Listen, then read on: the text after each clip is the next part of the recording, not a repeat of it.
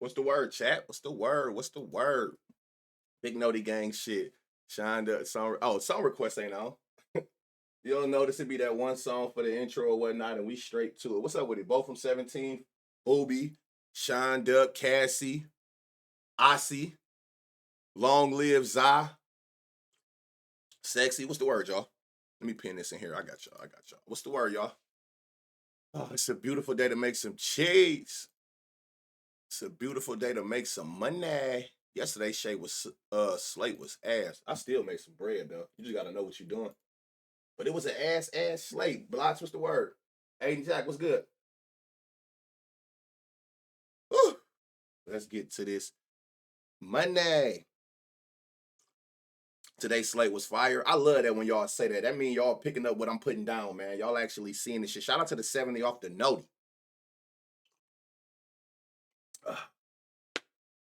All right, man. Let's get to fucking business.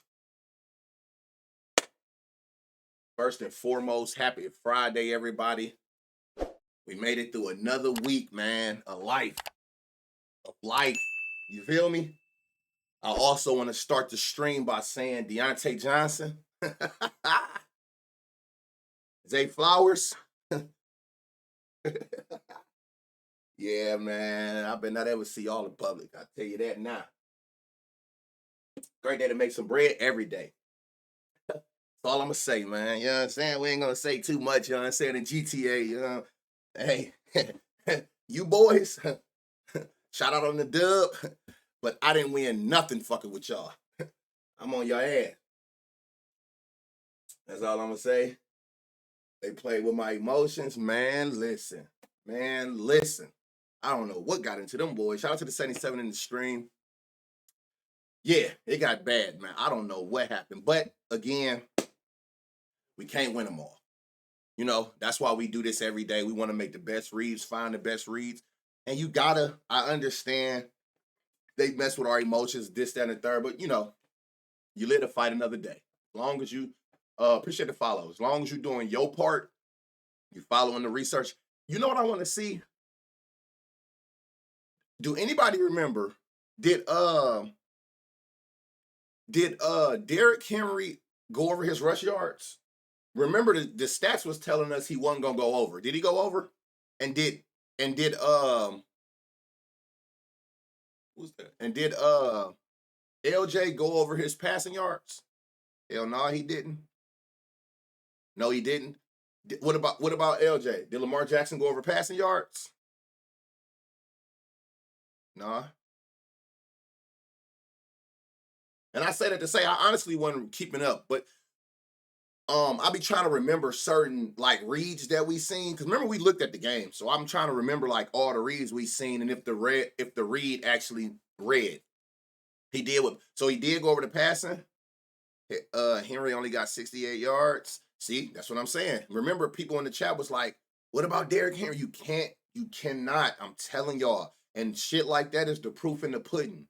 Stop worrying about these people names and what they did the last week, 2 weeks, 3 weeks. Pay attention to what that team that they're playing against defense is allowing. Remember, we seen they wasn't giving up much rush yards. I don't even watch the Bengals, but I don't have to. The stats said that they don't give up a lot of rushing yards. What was they averaging, like 65 to 70 yards rushing allowed? And remember when somebody said Derrick Henry, I'm like, I'm not playing it. I don't see what you're seeing. But me knowing that you seeing what I'm seeing, that just let me know that you betting off emotion. You worried about past trends. You got to pay attention to the defense they going against that specific day. And that's why we break down the slate every day so you can see defensive weaknesses. As long as you hunt defensive weaknesses, I promise, that alone will make you a way sharper sports bettor out the gate. Just paying attention to and attacking defensive weaknesses. Get out your mind people's names or what they did. I'm telling you. Find the value. The second wide receiver for the Bengals went over his line. Was he projected to? Scotty knows. Appreciate that follow. Noti Gang King, what up? I believe so. He had 290. And then you got to think too situational. Like I always tell y'all, like we all know that a person can be favored to go under, go over, and vice versa. It's all situational, you know. So it makes sense that Lamar Jackson went over passing yards because remember they were down early, which forces in that game situation he had to pass his way up out of that. So that makes sense that in that specific situation yesterday that he went over his passing yards. But generally, with the Bengals not been playing that so good, they always down. So that will make sense as well why most quarterbacks don't go over their passing yards against them because they go up so early. They just run the rest of the game. You know what I'm saying? So situations do matter. And that as well, both from 17. That 86-yard pass to that Wallace kid off of a 3-yard out route was crazy. You know what I'm saying? So you got shit like that that's going to happen. So you can't go through and just be like, damn, that read was wrong. It wasn't wrong because you got to pay attention to what's going on. You know what I'm saying? Bengals have been losing, so they be down a lot. So most of the time, these teams ain't doing nothing but running the second half to run the clock out. So it would make sense why the passing yards. And then, like you said, that's a perfect example. He had that 86-yard pass to that dude Wallace off of a 3-yard out route. That literally was to get to 3rd and short. He turned that motherfucker up to a touchdown. What's up, my girl? Shout out my Miles out the Discord. We talked about it on the stream. He was on a parlay from the stream. Who was? Oh, yeah, okay. I know you talking about. Yeah.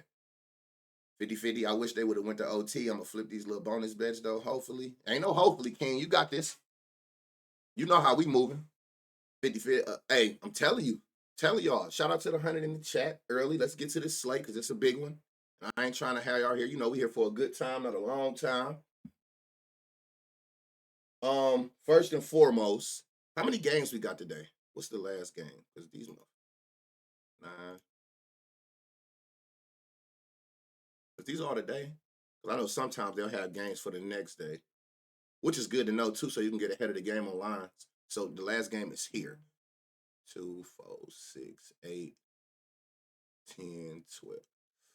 We got a 13-game slate, y'all. So again, we're not about to sit there and get the filtering.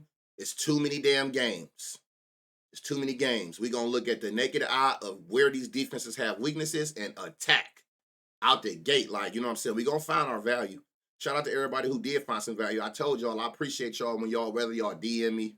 I don't care if you put it on the page. I'm not that guy. As long as you just, some people don't want their plays on the timeline. That's cool. But every day somebody messaged me or at me in a play like, appreciate it, man. I got to read off stream and it hit. That's what I do it for, to help y'all make money for yourselves, whether y'all telling somebody else or just making your own. That's why I always tell y'all, get your pen and pad out and let's get to business. You know what I'm saying? So you can make those reads for yourself. When you get your bonus bets, do you go for the gusto or do you try to flip a profit with them? I go back to my regular gambling style, royal bets. Well, I go back to my regular gambling style. I only go for the gusto to get in a no-risk situation. So if we got a no sweat, I'm going for it. If I got a deposit match and I'm getting bonus bets that way, I might be. But once I get the bonus bets, I'm back in my regular style of gambling. Now, what I will tell you is when you got bonus bets, like say you a person who like play like builders plus 100 parlays. For y'all who don't know what that is, a builder is just literally like a plus 100 parlay. You're going to have like 2 or 3 legs on there that's going to be like minus 300-400 odds to equal like the equivalent of a straight bet, right? When you got bonus bets, you got to keep in mind that whatever you wager on, so say you put $100 on a bonus bet of your money, on a plus 100, right? If you put $100 on a plus 100 of your money, you'll get back 200. The 100 you made and then the 100 you wager with. You don't get bonus bets back. So I always tell people, if you in the field, like if you like playing straights or even plus 100 builders, when you got bonus bets, the lowest odds you should bet on is plus 200. A plus 200 will be a builder using bonus bets. Seeing that you don't get the bonus bets back, you're going to have to, the only way to get 2 times your money, like a double flip, you got to be at the plus 200 range. So keep that in mind. You're wasting your time playing plus 100 odds with bonus bets because you don't get the bonus bet back. So unless you don't really care about profiting and you want to get your money back.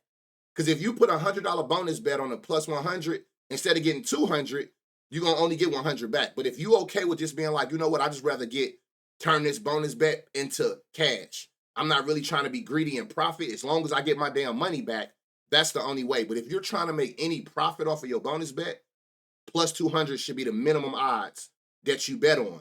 Not no straight, nothing that's plus 100 because you're not going to get the bonus bet back and you basically only getting back what you just spent. You're not going to make any extras off of it unless you at minimum plus 200. So keep that in mind. Yeah, so plus 200. You know, plus 200 should be the minimum. Like I've done it plenty of times. Like say if I got like $100 bonus bet and I want to double flip it, just give me 200. I just know I got to play a plus 200 odds parlay. So I'll just take two like minus 130s, minus 150s or something like that, parlay them together. Because I'm okay with just the double flip. I don't need the bonus bet. Because I mean, now, I mean, you think about it. If you using the no sweat to get the no risk back, right? And then you still fuck off the bonus bets, it wasn't no risk. It was no point in doing that. You made nothing off of that.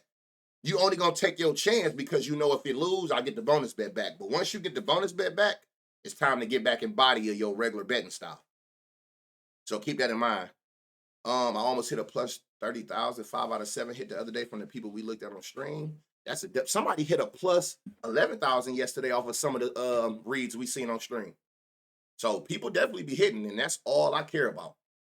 All right, so we move. Okay, first out the gate, Dyson Daniels. Oh, no, first we need to start here. I looked at the games already on FanDuel far as, y'all know what I'm looking at. I'm starting every slate. I need to see spreads so I can see closer games, and I'm looking at totals. The two highest totals is Pacers versus Hornets was the highest. And the second highest was Phoenix versus Dallas. Those are the two highest totals today, which give you an indication that they should be the two most high-scoring games. So those are games that you want to identify. Now, out of the two games, which one do I like better? I like the Phoenix-Dallas game better. And the reason I like it better is I can show you right here. I know why, but I'm going to show you exactly why. Look at the spread. 7.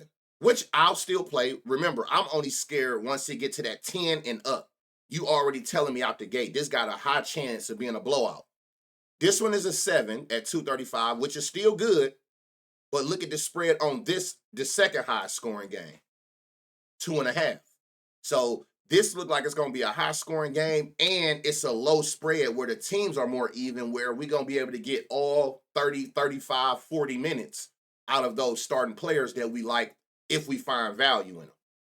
So out the gate, you know, that's how I operate. The first thing I'm looking at is spreads and totals to kind of identify in bigger slates.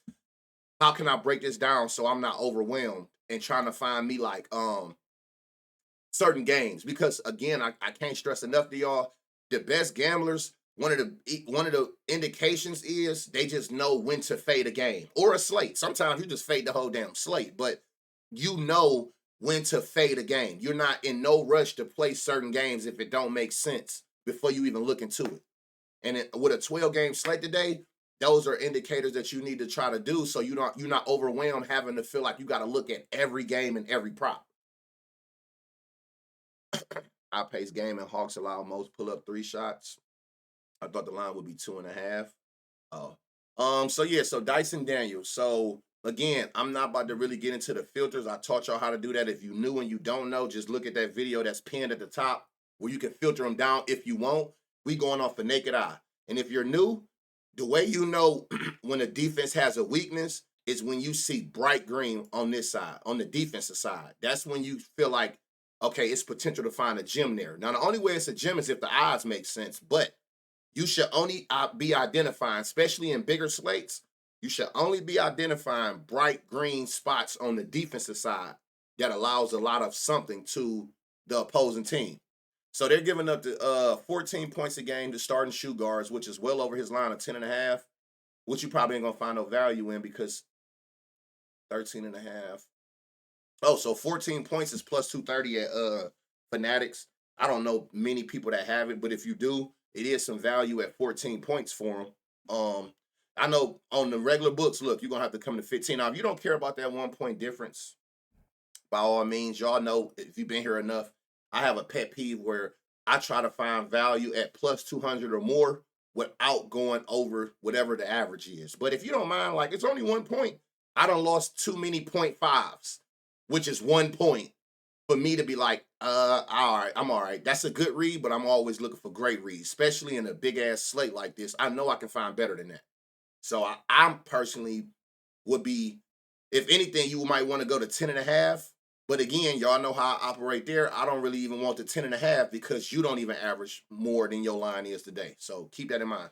I told your morning slip in time today.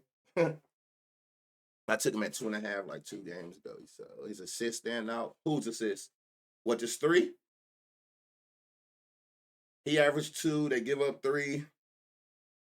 It is minus 135, and that's probably because he averaged six potential. So them knowing that he averaged double the potential of the line, they giving him some grace. Um, Zach, whatever his last name is, it's that rookie for sure. His line is 2 assists. Now, seeing that they give up three, this is a good one where you'll be like, okay, I like his line for a parlay piece or a straight. He averages more than his line. Wise Green. They give up more than his line. Three. You can get 3 assists at plus 190 on DraftKings, plus 210 on ESPN bets, 230 on Bet360, BetMGM. So taking his three is not bad. Again, seeing that he averages two, he had three last game. And like three, he could have had three that game. Somebody missed a shot because he got three potentials, 2 assists. Three, he could have had three this game. So pay attention to stuff like that with this Zachary, his line. I like his line though. By both sides being green, he averaged more, they allow more. But it ain't no really like no gem. But if you like his line, he just inconsistent. I like Scottie Pippen points. Ja is enlisted. We move. Okay, here we go. Clint Capella. 16 points. He averaging 11, which makes sense of why his line at 10 is minus 122. That is a straight or a parlay piece if you want to make like a 4-leg to get to plus 1,000.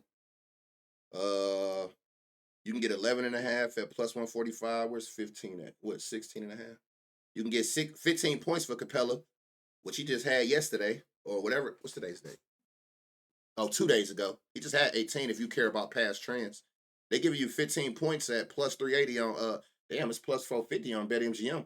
This is probably the first time I've seen BetMGM have the best odds on something. I might have to go on over there. But yeah, it's some value in Clint points today. Whether you take his line to be safer at 10.5, 9.5 at minus 122 on FanDuel, or you decide to take up to 15 for like a 2-man plus 1,000 at plus 380 on DraftKings. It's some value in Clint Capella for sure. I'm gonna start doing the minus 125 4 legs and round robin.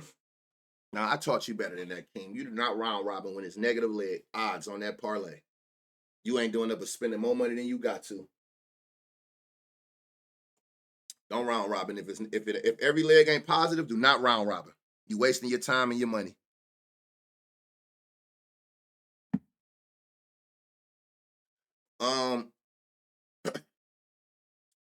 Was that it for Capella? They never give me his assist odds, so I'm not even thinking about that. Who is this? All right, so now we to Detroit side. They're giving up 3 threes. His line is 2, which is plus money. That's probably because he in a slump. Told y'all, like, this why I don't really be paying attention to trends. Because the line gonna tell you what the trend is. His line is 2 because they're giving up. Because look at his last 3 games. But it's not like he can't hit 2 threes. And he's shooting them. He just ain't hitting. So when I see shit like this, where you just having this many bad games in a row, you do for a good game. They're professionals. They're conscious of, damn, I'm in a cold streak. I got to get out of this. So they in the gym right now as we speak. Like, so his line is 2. They're giving up 3 threes to point guards. His line is 2. Oh, damn, that fast. It just dropped, y'all. So now it's favored to happen. It was just plus 104. Or am I looking at the wrong thing? It's plus 104 on Bet Rivers. Okay, the regular books, minus 113. Oh, plus 104 on Bally's. 3 threes is plus 290. It's not like I said, it's not like he can't hit threes. He's shooting the hell out of them. He just ain't hitting. He's just having bad games. So 3 threes is plus 290 on DraftKings, plus 270 Fanatics, 275 ESPN. So even his line, I like his line. I probably ain't gonna stretch it to 3. They give up 3. He can hit 3, but I'm just saying I probably would. If I'm gonna take anything, it'd just be the 2. My access What do you mean your access? I can't. I don't control the ads. You only don't see ads if you you only don't see the ads if you sub. What's up with it, Breeze? Yeah, I can't control the ads. I tell y'all all the time, if you have Amazon Prime, um, if you don't know, Amazon owns Twitch. Amazon owns Twitch. They give you one free Twitch subscription every month. Most don't know that because most don't be on Twitch. That little link I just posted right there, if you click that and you link your Prime to Twitter, they give you a free subscription. Yeah, you got to be a sub. Yeah, that's one thing I don't control. I'm affiliate. I'm an affiliate, so that's how they making their money by me streaming. They gonna run their ads for damn show. Yeah, I don't control the ads. She said change my access. Like you can tell she'll be. Hey, Trees, I can tell you'll be on Twitch. Yeah, I don't control ads. Jaden Ivey, he been cooking too. They giving up 3 threes to shooting guards. His line is 2 minus 120. Makes sense. He averaged 2 threes. They giving up 3. If you want to see if it's certain value there, 3 threes is plus 240. I like that. You can get 3 threes at plus 240 for Jaden Ivey tonight on FanDuel. Was there anything I'm missing? Damn. God damn. Tim Hardaway. Shit. It's too much value here. Points. Appreciate that gift of sub blocks to Trees. Points. So let's start there. Hey, and he been hooping too. This is probably the best time to get him too. So they giving up his line is 12.5 plus money. No brainer. He averaged more than 13 points. They giving up well over 13 points. So if you need like a little 3-leg parlay piece to get you at like plus 1,000, I like his line on ESPN bets. If you pay attention, like look, the main DraftKings, FanDuel, Fanatics, they all like, we ain't giving you plus money. Like, we're not gonna do it. It's still like unfavored, but they not giving you this plus money that ESPN bet's gonna give you for 12.5 points. But we want that value. 15 points plus 155. You get 18 points at plus 300 on FanDuel. On DraftKings. Shout out DraftKings because they will give you these other lines outside of making me go all the way to 20. Which I don't mind. I'll go up to 20 to see. You're getting 20 at plus 490 on FanDuel. It's super value in Tim Hardaway today. You get plus 490 at 20. I doubt they're gonna give you 25, but just fuck it. Let's see.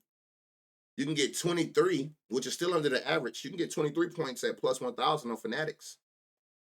But the highest I probably would go is 20. I like this 18 points plus 300 and then 20 at plus 490. So anywhere in that range, I'm willing to go as high as far as seeing that they have a super weakness against small forwards. They also have a super weakness in rebounds, which he don't get a lot of. But his line is 2.5, which is favored. They literally saying fuck. Oh, he just had 3 the other day. Yesterday, 2 days ago. But if you want to go up here and see 4, they ain't gonna give you 4. 5 is plus 400 on DraftKings. And again, y'all, if you scared to take his points or his rebounds, seeing that they give up so many points and so many rebounds, the next option would be just go take points plus rebounds combo. Do not be afraid. And what's his line? His line 12.5, and then you the person who like, no, I'll just take the 10 at minus 300. Like, don't do that to yourself. Because now you're going to put yourself in a position to have to use a million legs. Before you just go down on his points or go down on his rebounds, just take points plus rebounds, which I guarantee you, it all makes sense. Look, all this shit dark green. So you got some value across the board. 5 out of 5 times in their last 5 games, they giving up hella shit in every way, fashion, or form to small forwards. So I would write him down and keep very close attention to Tim Hardaway Jr. because it's some super value. So bad recently, I just can't. It's helpful catching the small assist rebound lines. Hit 4 of them. Oh, yeah, for sure. Who's this? Tim Hardaway. And that's that rookie. That's that rookie. He'll be better. But right now, he doing his part, but just looking at this, again, you ain't never had to watch an Atlanta Hawks game in your life. Just looking at this, though, he get cooked on defense. He a scorer, so clearly he don't got no defense though. Like he getting fried on defense. Um, so seeing this, you even like probably the safest play if you just want to take a line will probably be his PRA because they're giving up everything. His PRA. I like the points and rebounds because it's super bright green. But you're not wrong if you add the assists in or just go PR, which I wonder would they give an alt line? They are. They're giving up 33 points plus rebounds to small forwards. His line is 15 and a half, 18, 20. You get 20 points plus rebounds at plus 235, 25 at plus 700. Who is this? All right, Tim. Plus 235, plus 700. That's a super ladder on his alt lines on points plus rebounds on DraftKings. So keep that in mind. What's up, Lamont? Cooking his ass, not me being late. You'll be all right. I know you're gonna go look at it anyway. 20 PRA looking sweet. Yeah. You like his PRA more? At 20? Plus 140, parlay piece. What they giving up? 36? 22 plus 220. So you already getting that plus where that value at what 21 and a half PRA. That ain't gonna give you more than that. So yeah, this is a nice little 2-leg piece to get you a plus 1,000. For his PRA, if you rather go that route, I think I like the points plus rebound ladder personally. But you ain't wrong whichever way you go with it. So it's some super value. That's probably the most value, like gym wise, we done seen so far. Is out of this whole game is Tim Hardaway. So y'all might want to lock him in or at least keep him noted and figure out which way you want to go. It was points, rebounds, points plus rebounds. If you rather just take everything, points, rebounds, assists, but it's super value in his points and points plus rebounds, far as like a ladder if you want to go up with them super good odds. Joining what? I definitely need that Doink link. The link it just posted right here. It's like Doink sports.com. And then my promo code is always at the top of the page, which is make it more affordable. It's shit already super affordable. So Isaiah Stewart, 8.5 is line. They're giving up 15. Again, 8.5 is low because of what he's actually done. But once you learn and you master how to search for value, you prefer whatever line you take they haven't done. You just see that the defense has a weakness. You're not going to find value unless he haven't done it recently. You can get 12 points at plus 245. They're giving up 15. So if you want to go to 15, plus 650 on DraftKings, plus 550 on FanDuel if you're only using FanDuel, but you're getting some value here at 12 and 15, like a ladder if you want to go that route. Yeah, when you learn, the more you do this, the ones who actually been paying attention and who've been hitting it, you'll notice that when you find value and it hit, it's you hoping that it's something that you didn't do lately. Because if they did it lately, it would have been in a regular line. So you only going to get the value if they haven't done it lately. That's why I don't pay no attention to past trends. Because if you've done it lately, it's going to be shit odds. I prefer you haven't done it lately.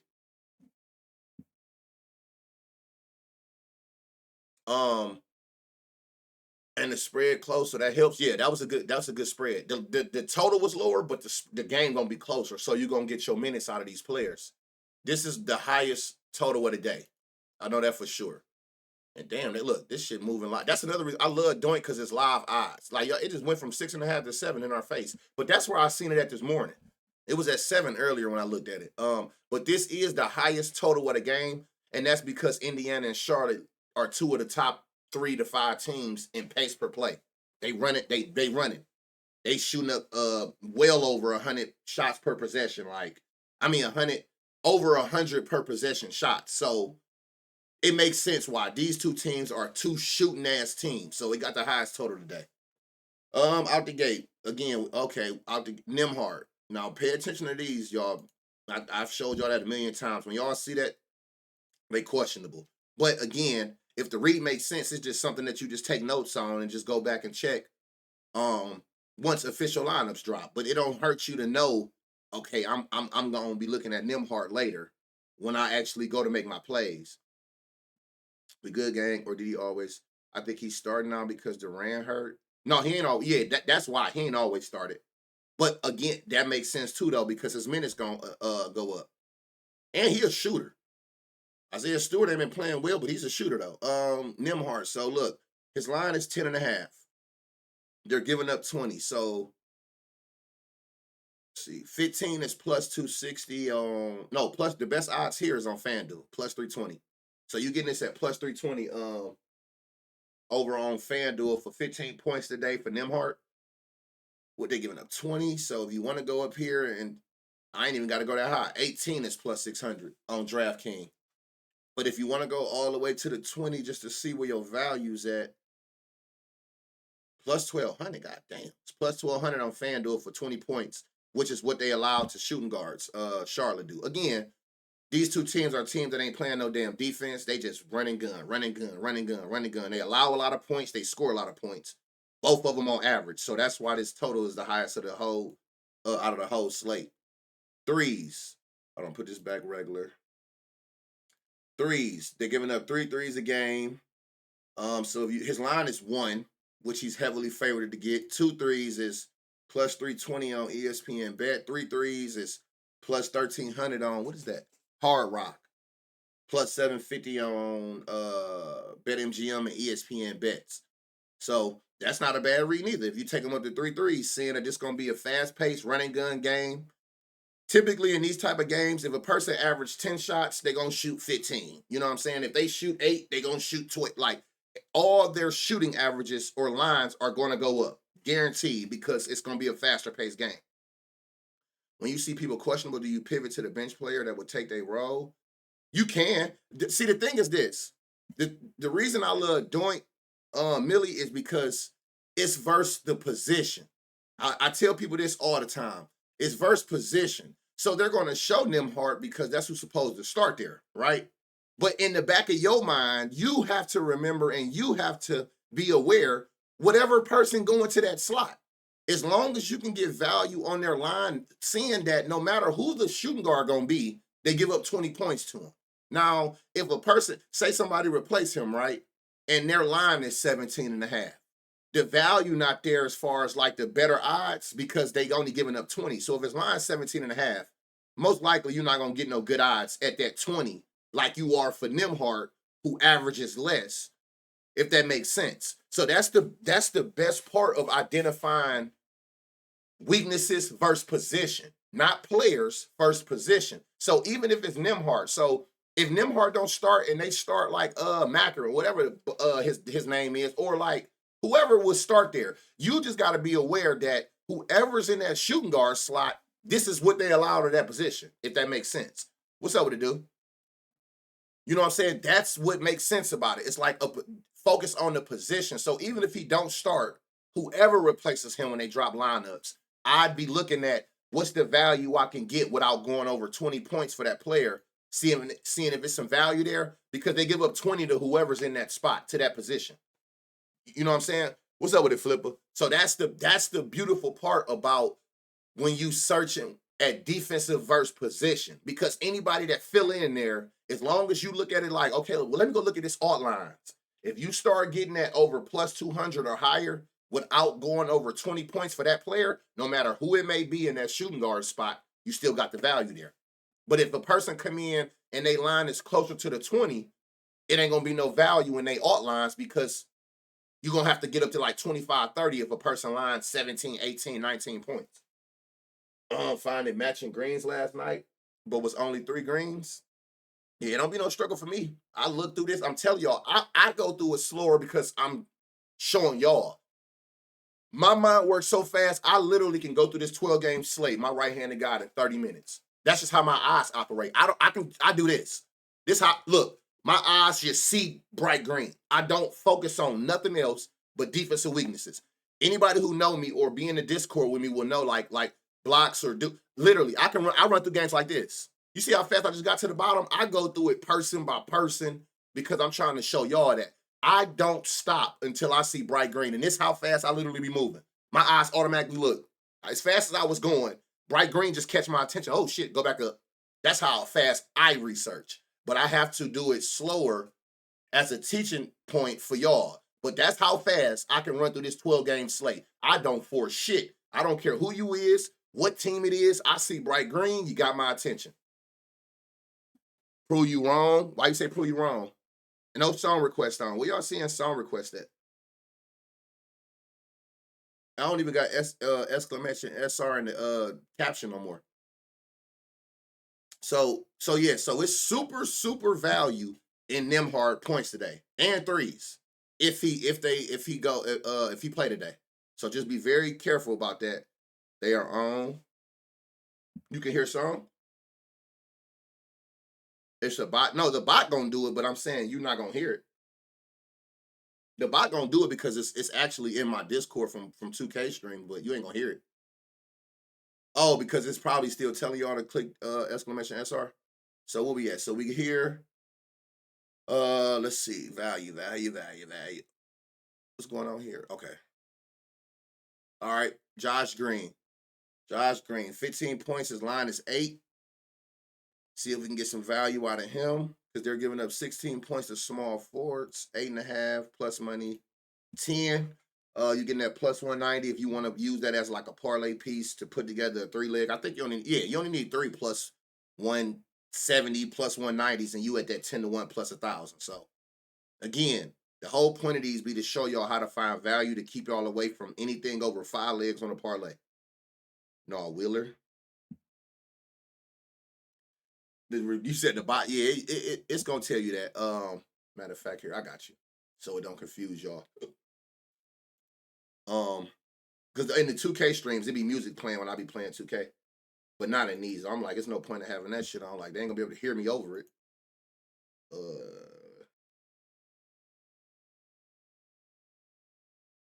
I don't even see it on here no more. I don't know. I'll figure it out. But yeah. No, Wheeler Walker. Is last 5 better than doing the full season? You can do the full season. You can do that. So it still give you 15. So you got value at 10. 15. Damn. It's plus 800 on both. You're getting 15 points for him. For Josh Green all the way up to plus 800. I don't think they're gonna give you. Oh, there we go. I should have known that DraftKings was gonna have an odd number. So 12 points is plus 310. Seeing they giving up 15. So again, will he hit it? None of us know. But him. And he don't even know. Actually, he's gonna go out there taking shots, but we don't know. But from looking at the defensive weakness against that position, it's value in Josh Green points. But damn show. At his line at 7.5, going up to 12, going up to the full 15 that they allow the small forwards. There's value in Josh Green line. He owes me. Ladder time, you already know. What's up with it, dude? Oh yeah, I mean, again, as long as you ain't going before this season, who's that shined up? As long as you ain't looking at last season, you know what I'm saying, you good. So they still giving it up 15 points to small forwards. They're allowing. Grant Williams line isn't on here. Appreciate the 100 bits. Oh man, Hot Ham. That's a funny ass name. Thank you for those bits. Grant Williams, I guess they don't know who's gonna start down here, and I should have known it. Taj Gibson, old ass out there. They line up fucked up. So we don't know who the power forward or the center is. That's something that y'all can touch back in on if you got Doink later or whatever you may be using. I would come back and check into those center and power forward lines. I see it's a lot of games. And this be the thing, y'all. We go through this every stream where it be so many game time decisions. The books don't know how to price certain people because they don't want to undervalue or overvalue till they know if certain stars or people who play a lot of minutes that consume a lot of usage is going to play or not. That'd be the one thing that, like, the NBA, I mean, I guess the NBA need to probably start dropping lineups earlier or not, but it's so many people this early in the season that be game time decisions is crazy. Man, didn't even know Taj was still living. Man, somebody on Twitter was like, man, no way this old ass nigga came in. I was dying. Like, who the fuck is Brandon Boston? Who's this? He clearly playing a lot, though, because these last 4 games, he averaging up to like 38, 30. Who the fuck is this? Now, what you can do, what I do look at, you know how we be identifying red and green? The reason you're not going to see red or green on the defensive side is because they don't know what the line is yet. It's only going to be green based off of green or red based off of what that player's line is. They're going to show you green like, okay, they're giving up more than his line for the day, or red if they're giving up lower. So they're not going to give you red or green yet because they don't know what his lines are. But that still don't take away from, you still can see the averages down here. You still see that they're giving up 20 points to point guard. You know what I'm saying? It's not a color yet until he gets some lines on the board. But even without the colors, you still can see, oh, they give up 20 points to point guards this season. They're giving up 6 rebounds. They're giving up 7 assists. You still can see the averages down here. It's just not going to identify to your eyes, red or green, until they know for sure what his exact line is. What's good? I'm mad I joined the stream late. I don't know. Daily, you know it's going to go up on YouTube as soon as it's over. You know I got y'all. Used to be on the Clippers. Oh, that's why his picture is this Clipper picture. Ain't even an updated buddy picture. He from Clippers, played for Kentucky in college. Oh, okay. So you still can see y'all, again, for like your own notes, when you go back in later, they giving up 15 points to shooting guard. So no matter what, I'm teaching y'all, if you can get alt lines going up, that's not going over the average that defense allow, and you can get low as plus 200 or higher, that's when you know you got some value on that player. So just keep that in mind. So yeah, so you're not gonna see, like, again, like they giving up 9 points. Are we in 9 points? Really? Who is this? Who the fuck is that? Who is this small forward? They giving up, is this right? 9 points to small forwards? Orlando defense like that? I feel you in this motherfucker now. I'm trying to get this about the Toxic 10s lobby today on TikTok. You know, I missed it yesterday. I was dying. Brandon Miller under points look nice. Wagner usually plays small forward. Right. I mean, I know who played, but I'm saying, like, they're only allowing 9 points to small forwards this year. But they also don't shoot a lot. These small forwards right here. Ain't nobody over here shot over 10 times a game, where you got like Brandon Ingram shooting 20. So that's where you will go in and get the filtering to where you only want to see players that's shooting around this many times, whatever his lowest is to his highest, which I've showed y'all 1,000 times. And again, the pin message at the top will show you how to go into doing that. Zion, he the only person who they know, like, what his line's going to be. It's crazy. All right, we here 7 assists. And I love Jalen Suggs' assists, even on games, because I think the game I took him was this game when he went under. But the thing that I love about him, if I put it on last 5, and that's why I was doing last 5, Sean, that's what it was, because so many lineups are flipping and people minutes are going up because people getting injured or whatnot. I know this is kind of more accurate, right? The thing that I love, appreciate that follow. The thing that I love about Jalen Suggs' assists every game is his potential assists is always high as fuck every game. Like, even the game where he had 2 assists, he should have had 14 assists that game. He can't control that he passed it to 12 people and they missed the shot off the pass. Like, his potentials are always super high. And that is a super indicator that you want to use when you thinking about taking somebody assists. When they potential assist is high like this, like his line is 6, right? Which is favorited, which makes sense because he averages double that. So it's like, on average, basically, what this is telling you is at least on average 13 times a game, he is putting you in potential to score. He is giving you a chance to score, whether he drive and kick, whether he throwing a lot, however it go about pick and roll, 13 times a game on average. Jalen Suggs, since Banchero went down, is putting you in a scoring position off his pass. If they hit their shot, that's on them. But that is always a good indicator. That's one thing I love about Suggs' assist lines, because he always got high-ass potentials. Like, look at this. Should have had 12 assists. Should have had 9. Should have had 14. Should have had 18. Should have had 11. Like, damn near every game except for the one should be double-digit assists for Jalen Suggs. They just got to hit their shots off of his passes. But that is a great indicator. So I say that to say, his 6 makes sense why it's favored. I love this minus 122 on FanDuel. to run straight or as a parlay piece for his assists, not only because of his high potentials, but clearly they're giving up 9 assists a game to point guards. His RA look nice, a little discount. So I like his assists. So his 6 is, and this is why again I keep trying to tell y'all, stop paying attention to what the average stat tell you, because it's always going to be misleading if you don't know how to deeper dive into research. Because a person going to be like, if I say let's take him for 8, the first thing the average casual going to do is they're going to go look at have he hit 8 lately. They're going to do 2 things. They're going to go look at his last couple of games and be like, he ain't hit 8. Then they're going to do this. First New Orleans, he ain't hit 8. It never fails. And then they come to me and message me and be like, what made you? I see it so much. Every time I hit a ladder, a person to message me and be like, what made you take him for 8? I didn't see it. I know you didn't see it because you looking at trends. You care about what if he did lately. Literally, you care about like, what has he done? They're going to look at past. They're going to look and see what he did against New Orleans. They're going to look at his last 5 or 10 games and be like, he's never hit 8.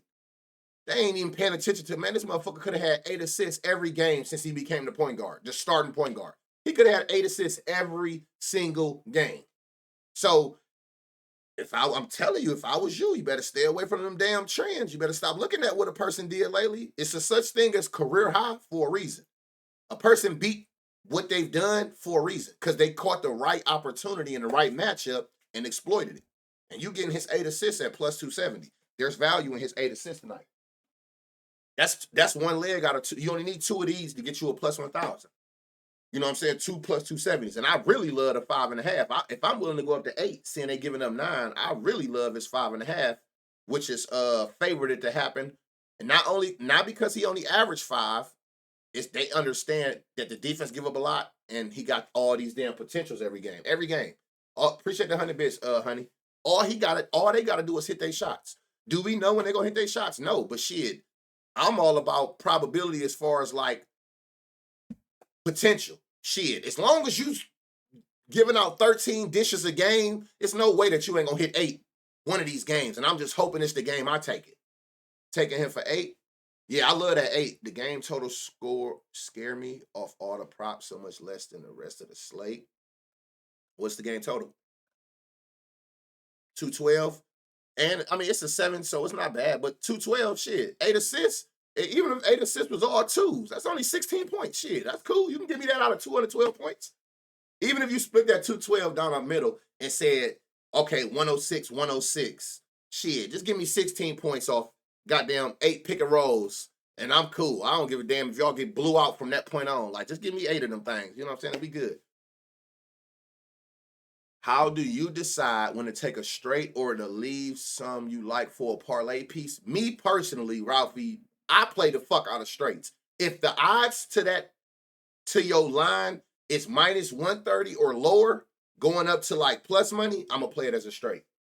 The only way, me personally, unless I'm making a lotto or like a plus 1,000, once you get into like minus 140, 50, 60 in that range, then I know I gotta parlay you with something else though. And even some people would take like a minus 25 and take 4 of those to make a 4-leg plus 1,000. But I've just learned from my personal experiences, when I get greedy, I lose. It never fails. Never fails. Yesterday I hit not one parlay. Still ended the day green, but that's only because I hit 7 straights starting that morning in tennis. If I didn't hit them straights, I'd have been dead in the water. Like, I play the fuck out my straights. I tell people that all the time. I can't speak for the rest, and I know the majority don't play them. So that's why I always say straight/parlay piece. My eyes and my ears only heard straight, but I know that the average casual don't play straights. That's why I always say a good straight or parlay piece, because I know they only hear parlay. They only see big odds. But that's how I decide. If I get you like at 4.5, or no, 5.5 at minus 120, there's no need for me to be greedy. I'm gonna just take that and double flip my money off of that great read. I don't have to parlay that with other shit because I need to see plus 800, plus 5,000. I'm not doing it. I'll make a couple here and there for the Discord, but for the most part, at these odds, give me my money. I'm in and I'm out. That's how I decide on them. Even though I can't stand, do you have me betting on Caldwell Pope Wednesday and he cracked that motherfucker? Booby, I can't tell you enough, man. Stop gambling with emotion. You're gonna miss out on so much money because you worried about who sold you last game. If the read makes sense, follow the read 10 out of 10 times. Every time, just follow the read. That was this game, wasn't it? That motherfucker just went off. I think he cashed. What did I take him for? I think in the Discord we took points plus rebounds. If I'm not mistaken, he cashed that motherfucker in damn near the first quarter. Follow read. Let this platform and the research that I'm showing y'all point out what to play to you. Take all emotion out. Take out star players. Take out all that. The shit is literally dead smack in your face. Whether you care about game by game or if you look at what I look at, which is like a general average. And the reason I tell y'all before, I prefer average over looking at like individual games because every team and every player gonna have a good game, bad game, good game, bad game. So at least you know, looking at the averages down low, that's like an average of like the medium of they taking into account the ups and the downs. And they're gonna put it at a medium spot, like, okay, well, it's generally here. The read, literally looking at this, gonna tell you every time where you got a good spot at. You can't think about who sold or like, look, think about this. Guaranteed, it was people, if I'm not mistaken, his line this day was 8.5. Right? I think it was 8.5. You had people, I guarantee you, no matter what the read said, which we had seen that the read was good for his points and rebounds that game, right? You had people who didn't play his 8.5, even though the defensive allowed like 20 that game, because they looked at these last games and was like, he sold me on one of these games. One of these games where he didn't hit 9 points hurt somebody's feelings. So it kept them away from playing him this game where the read told you he was in a good spot because they was butthurt because he sold him on one of these games. You will miss out on so much money betting with emotions. I can't stress that enough. You got to train yourself to eliminate any emotions with this shit. Any emotions with this shit. You're gonna miss out on so many good reads because you worried about what have you done lately, or damn, last time I played him, he sold me. Ain't nothing we can do about that. We can't play for him. So all you really can do is just go off these good reads and just play it by that. Just let the read make the decision for you. Who was this? 8 assists. So 8 assists for Jalen Suggs is a great read. They're giving up 15 points here. So it's 10.5 I like. Again, he's averaging 8 because of like this. He averaged 8. His line is 10.5. But again, if you're looking at value-wise, it's not really like no super value there. Here go another Tristan De Silva. What's up with these weird-ass names? What player was this? That was what I was just talking about, or the read is here. Jalen Suggs' assist is like where it's looking like it's some money at. I was talking about Caldwell, just making an example because I remember we hit the points plus rebounds on him. I played it. Now, if you look at it, I had no business playing that, seeing that this motherfucker wasn't close to his line the last 4 games prior to that. But again, I'm even better on myself at that. You know, I'm trying to better myself at staying away from any emotion in this gambling shit and just allowing the reads to tell me. So I took that chance on him because the read made sense, even though he hadn't hit it the 4 games before that, and he hit that motherfucker because the read said he should. We just need these motherfuckers to go out there and perform. Yeah, Suggs. You got to. I tell y'all that every stream, and I'm gonna keep telling y'all that every stream because I'm giving y'all the game that took me $1,000 in debt to learn that nobody gave me. I'm trying to avoid that for the next person. A lot of this shit that I've learned and mastered took me thousands and thousands of dollars of losing when I first started gambling because I'm learning on the go. I don't know no better. I told y'all I just came out the gate like I'm gonna be one of the best NBA gamblers because I know the sport. I played it my whole life. The more you know about a sport, generally the worse you are at betting at it because you're gonna throw so much of your own thoughts. A read can say this, and then the first thing your mind gonna do subconsciously is be like, "Nah, he ain't like that. He don't play like that." You start adding your own opinions in the shit, and you gonna drain yourself every time. Pistons and Hawks, yeah, that was the first game. Again, if you coming in late and you having certain shit every day, I can't stress it enough. The entire stream that's live to y'all will be on YouTube for you to go back, play pause at your own disposal. Always. I'm gonna always do y'all that. Like, I'm not here to try to like, it ain't even about like the views or nothing like that. Cause I put it over there and it's all free for y'all to be able to go back however you want. For y'all who love them unders, when you see like how we look at bright green, when you see bright red, where the defenses ain't giving that shit up at all. For y'all who like them unders, those are great under spots where you see bright red at. Always, yeah, you know it's gonna always go up. So I know it's always one person in the stream every day. They be like, "Do you play unders?" No. Should I play unders? Yes. I'm terrified. I gotta break that habit myself. But if you looking for unders and you love unders, just like we hunt bright green, when you see bright red, meaning they giving up way less than the line, those your under spots. That under look good. Right. His line is at this look good for so many reasons. His line is 25. He averaging only 17. So you average less than that line. And then these motherfuckers only giving up 11 to that spot. Like, so it's like, which is bright red. So it's so many reasons why this under look good. I'm gonna make the executive decision today, y'all. I'm gonna play a under today. I don't know what. I'm gonna play a under today, man. I gotta break this habit. But unders, listen, I don't know what it is. It's like these motherfuckers got something personally against me, and they know I play they under, and it's like I'm about to prove big dog wrong type shit. Like every time I play a person under, they turn into Jordan. And I don't understand, like, why when I pick you, you could have went 10 games straight without hitting it. But when I play you, you go out that bitch and play and had a game of your life. Every time I play an under, it be like that. I don't know why.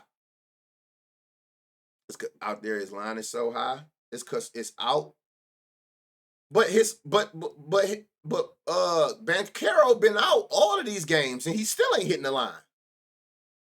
So I don't know why that line is so damn high. But again, I keep telling y'all, don't always let the odds that the books give y'all fool you. They are humans that's in them trader offices. Like the books do fuck up. If you do your part and you go through these games and look at these lines, the books do fuck up. You can catch the book lacking. It ain't often, but you can catch them lacking. This is a high ass line, and I'm really going pay attention to this line later and see if he get 25 points. Appreciate that follow. I want to see if he get this follow.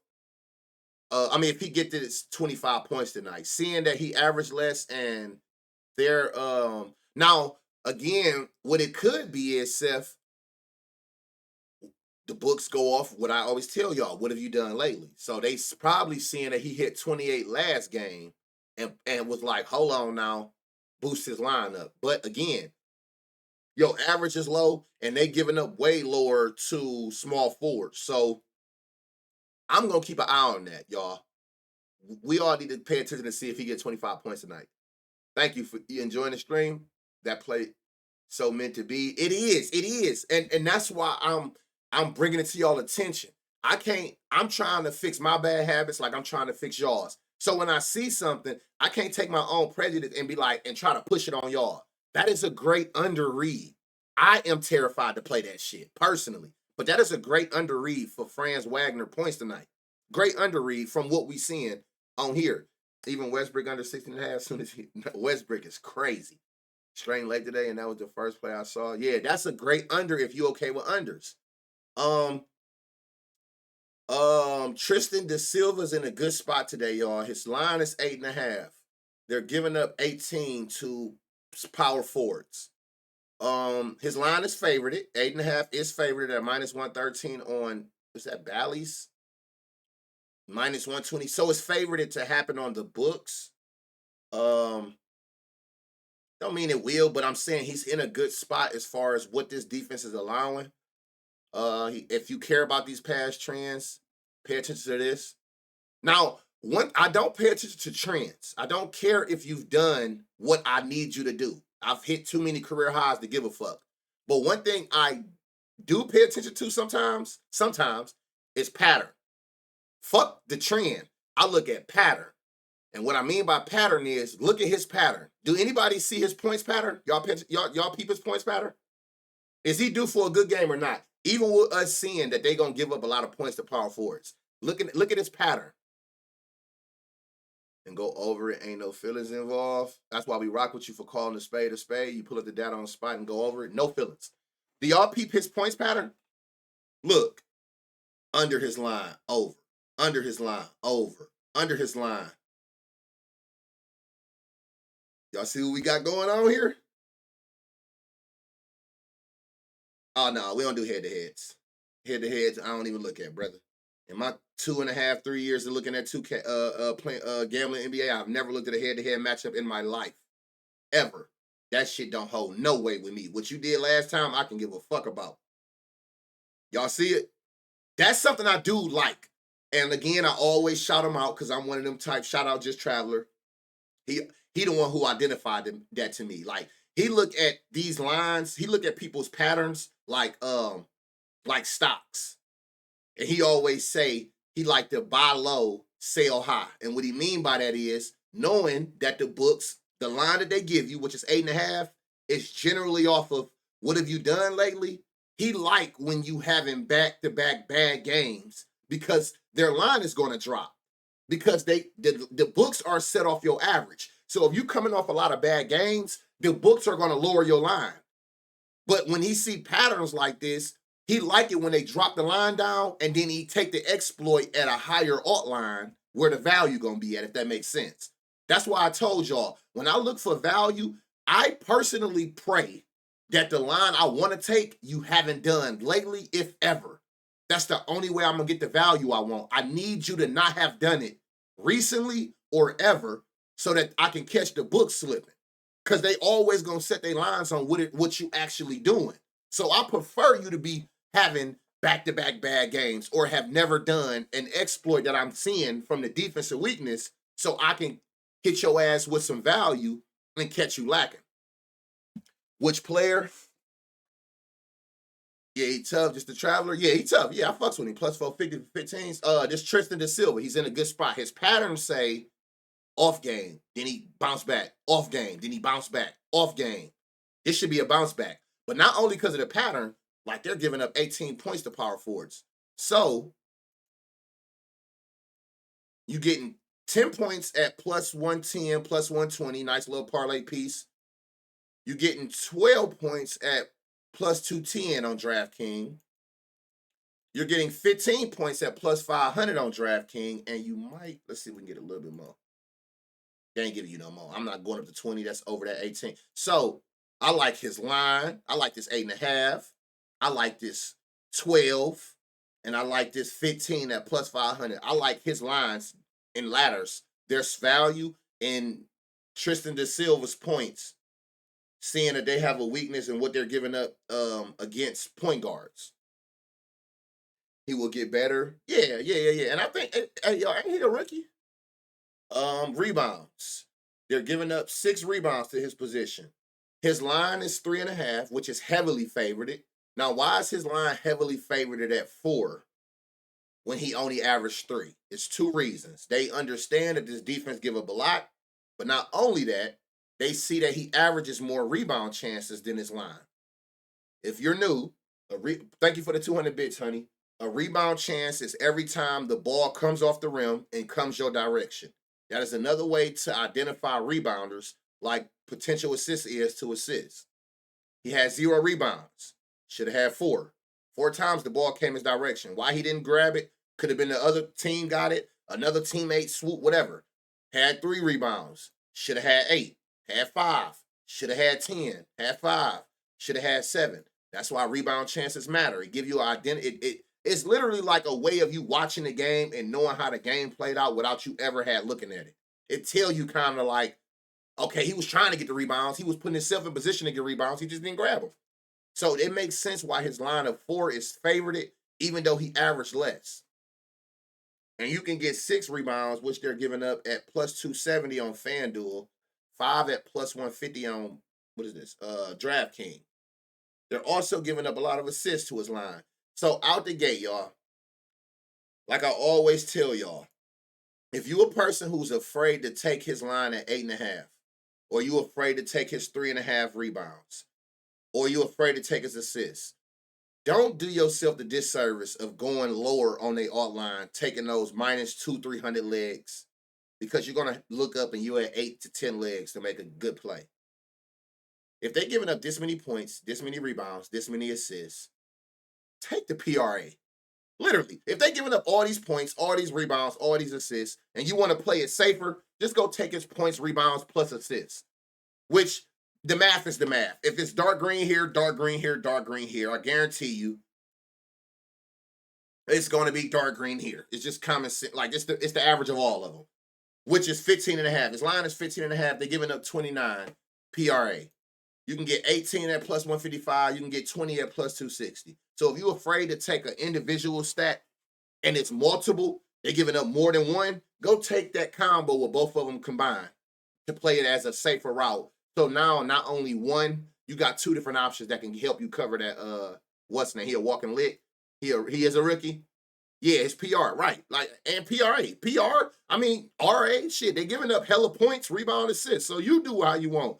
Points, rebounds, points, assists, points, rebounds, assists. Like, all the combos gonna make sense because they're giving up a lot in every category to power forwards. So just go that route if need be. This nigga be balling. He been balling lately, y'all. Goga, however you say that, his line is 10. Which he's got in the last couple games. They're giving up 14. You're not gonna really. So his line is 10 at minus 115. You might can. So you can get 12 at plus money. Yeah, you're gonna have to go up to 15. You can take the 15. It is only 1 point. That's good. Not great for me because I'm not trying to go over your. As long as I can get them odds without going over this line, then we good money. But his 10 and a half, he been balling, and clearly you can see why. Like, people don't be paying attention to stuff like this. They'd be like, oh, 0-3-2. Like, look at the minutes he had. I don't know who got hurt. Oh, Wendell Carter, right? Carter Jr. got hurt. So he's playing starter minutes now. He's averaging more shot attempts now instead of 1 and 2 coming in for 5 or 6 minutes. So that's another spot that might be a good spot. His line at 9.5 as a straight or a parlay piece, seeing that they're giving up 14. What if it's bright green, then you filter and it turns red? Does that away from you from the read? It does. I'm not gonna go through the filters because there's so many games on the slate, but yes, hell yeah. I personally, when in my downtime, filter. So whatever's bright green, if points is bright green, I'm gonna filter your field goal attempts, and if you're a 3-point shooter, your 3-point attempts.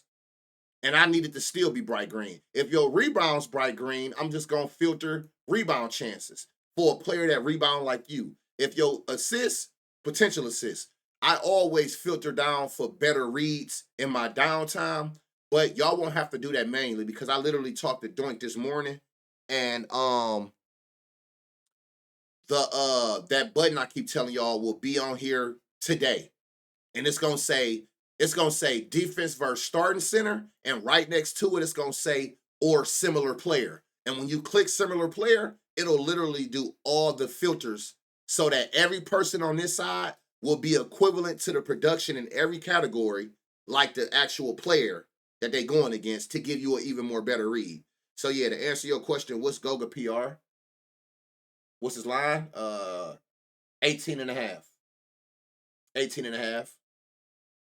So yes, that definitely will help you be more sharper in your reads by doing the filters based on what that player's stuff is. But you won't, after the day, y'all won't have to manually use these. It's gonna be a button that's gonna say similar players, which is gonna orchestrate the exact same player types, from minutes to shot attempts to rebound chances to potential assists, to give you an even more in-depth read. So if you look at this screen and be like, damn, bright green, and then you hit verse similar players, and that same prop is bright green, you know you got one.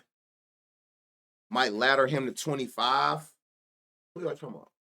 Goga rebounds look good when you filter. There you go. Y'all learn how to use this motherfucker. Schroeder. I made so much money on Schroeder. I ain't played him in a couple games, but I made so much money on him this season so far, whether it be for assists or points. He's in a good spot. I don't know why his line is so low. His line is 14 and a half. He averaged 19. They giving up 23. And they have his 14 and a half at minus 120 DraftKings, minus 111 on FanDuel. And what is this book? Bovada. Which, fuck Bovada. I don't know why his line is so low. So I like his line, but of course we got to go up and find that value. You're getting 20 points for Schroeder today at plus 270. Seeing that Boston is giving up a lot of points to point guards, which is so crazy to me every time I look at this with Boston defense because Drew Holiday's so good of a defender. When they add similar players, sometime today. I don't know if it's going to be before the slate start or whatnot, but literally I messaged him earlier and asked him when was it going to be up. I knew it was going to be this week, but he said he was working on it this morning. So, of course, it got to go through the algorithm. So, it'll be up sometime today. Before the slate, I don't know. But again, this shit literally is not that hard for you to sit here and click a filter and put between whatever the person lowest is and they highest and do it. You know what I'm saying? It's literally not that hard. But that will help if it's a lot of filters needed. It's going to be up sometime this stream. Right. I won't be surprised if this motherfucker be like, boop, and it'd be up some point this stream. Y'all know they hit me with something quick. Appreciate that follow. So there's value in shooter points going up to 20. You can get up to plus 270, plus 280. FanDuel, the best line right now is on BetMGM. They're giving it to you at plus 325, 3 times your wager amount. Threes. They're giving up 3 threes. His line, he's averaging 3. They're giving up 3, which is why his line is and Ralphie, this is one of the ones. Like, you see how his line at 2 is minus 180? I'm not playing that by itself. I got to parlay that with something. I'm not playing no damn minus 180 alone. Once you get to that minus 150 and you start going towards closer to like minus 2, 3, I got to put you with something. So this would be damn show a parlay piece. But they got his line at 2 heavily favored because he's averaging more. They're giving up more. You can get 3 threes at plus 170 on BetMGM, 150 DraftKings, 160 on what's the name. So that's another, like, you can 3 of these, you got a plus 10 to 1. Boom, plus 1,000. It is. Oh, I'm glad you brought it to my attention. You better be very careful with this game. Be very careful. These are them games I fade. I'm tell you that right now. I don't do them double digits because can this be a close game? Yes. Is there a high chance of it being a close game? Fuck no. When you see 13-point spread, that is telling you niggas ain't playing the fourth quarter. 80 to 85% chance this shit gonna get out of hand. Very, very, very, very fast.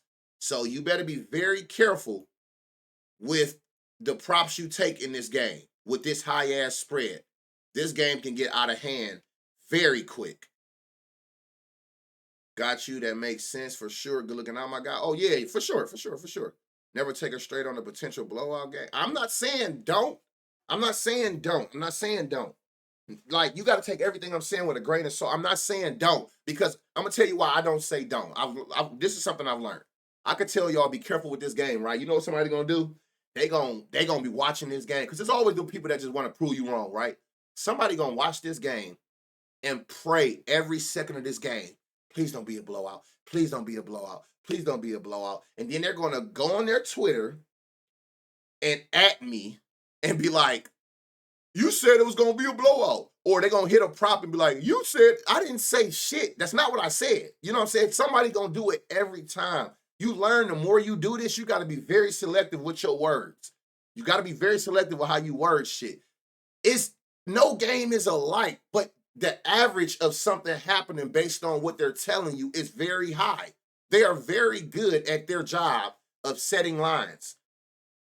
Like, you know everything, right? You have to be very careful with how you word shit on games or just when I'm trying to teach in general, because it's always that one person that want to try to be like, you were wrong. I didn't say that. That's why every time I tell y'all that I always throw the disclaimer. Do that mean it'll happen? No. But it's a very high chance. You got to learn how to read the lines that the books give you. The books aren't billion-dollar corporations because they're not good at setting lines very, very, very, very accurate. You know what I'm saying? Nigga be sweating these points. It'd be 221. Whether you take the over or the under, it hit by 1 point. They're very good at their job, going off of averages and algorithms. So I'm just saying, in a 12-game slate, for me, this is how I do process of eliminations so I don't overwhelm myself with a big-ass slate with a lot of games and a lot of players. I have no problem with fading a game or a person. That's what helps you narrow down bigger slates. You got to know when to hold them. You got to know when to fold them. You got to know that. For me, and it got a low-ass total, so this is a no-no for me. The total, one of the lowest, and this big-ass spread, I'm 9 times out of 10 ain't touching shit in this game.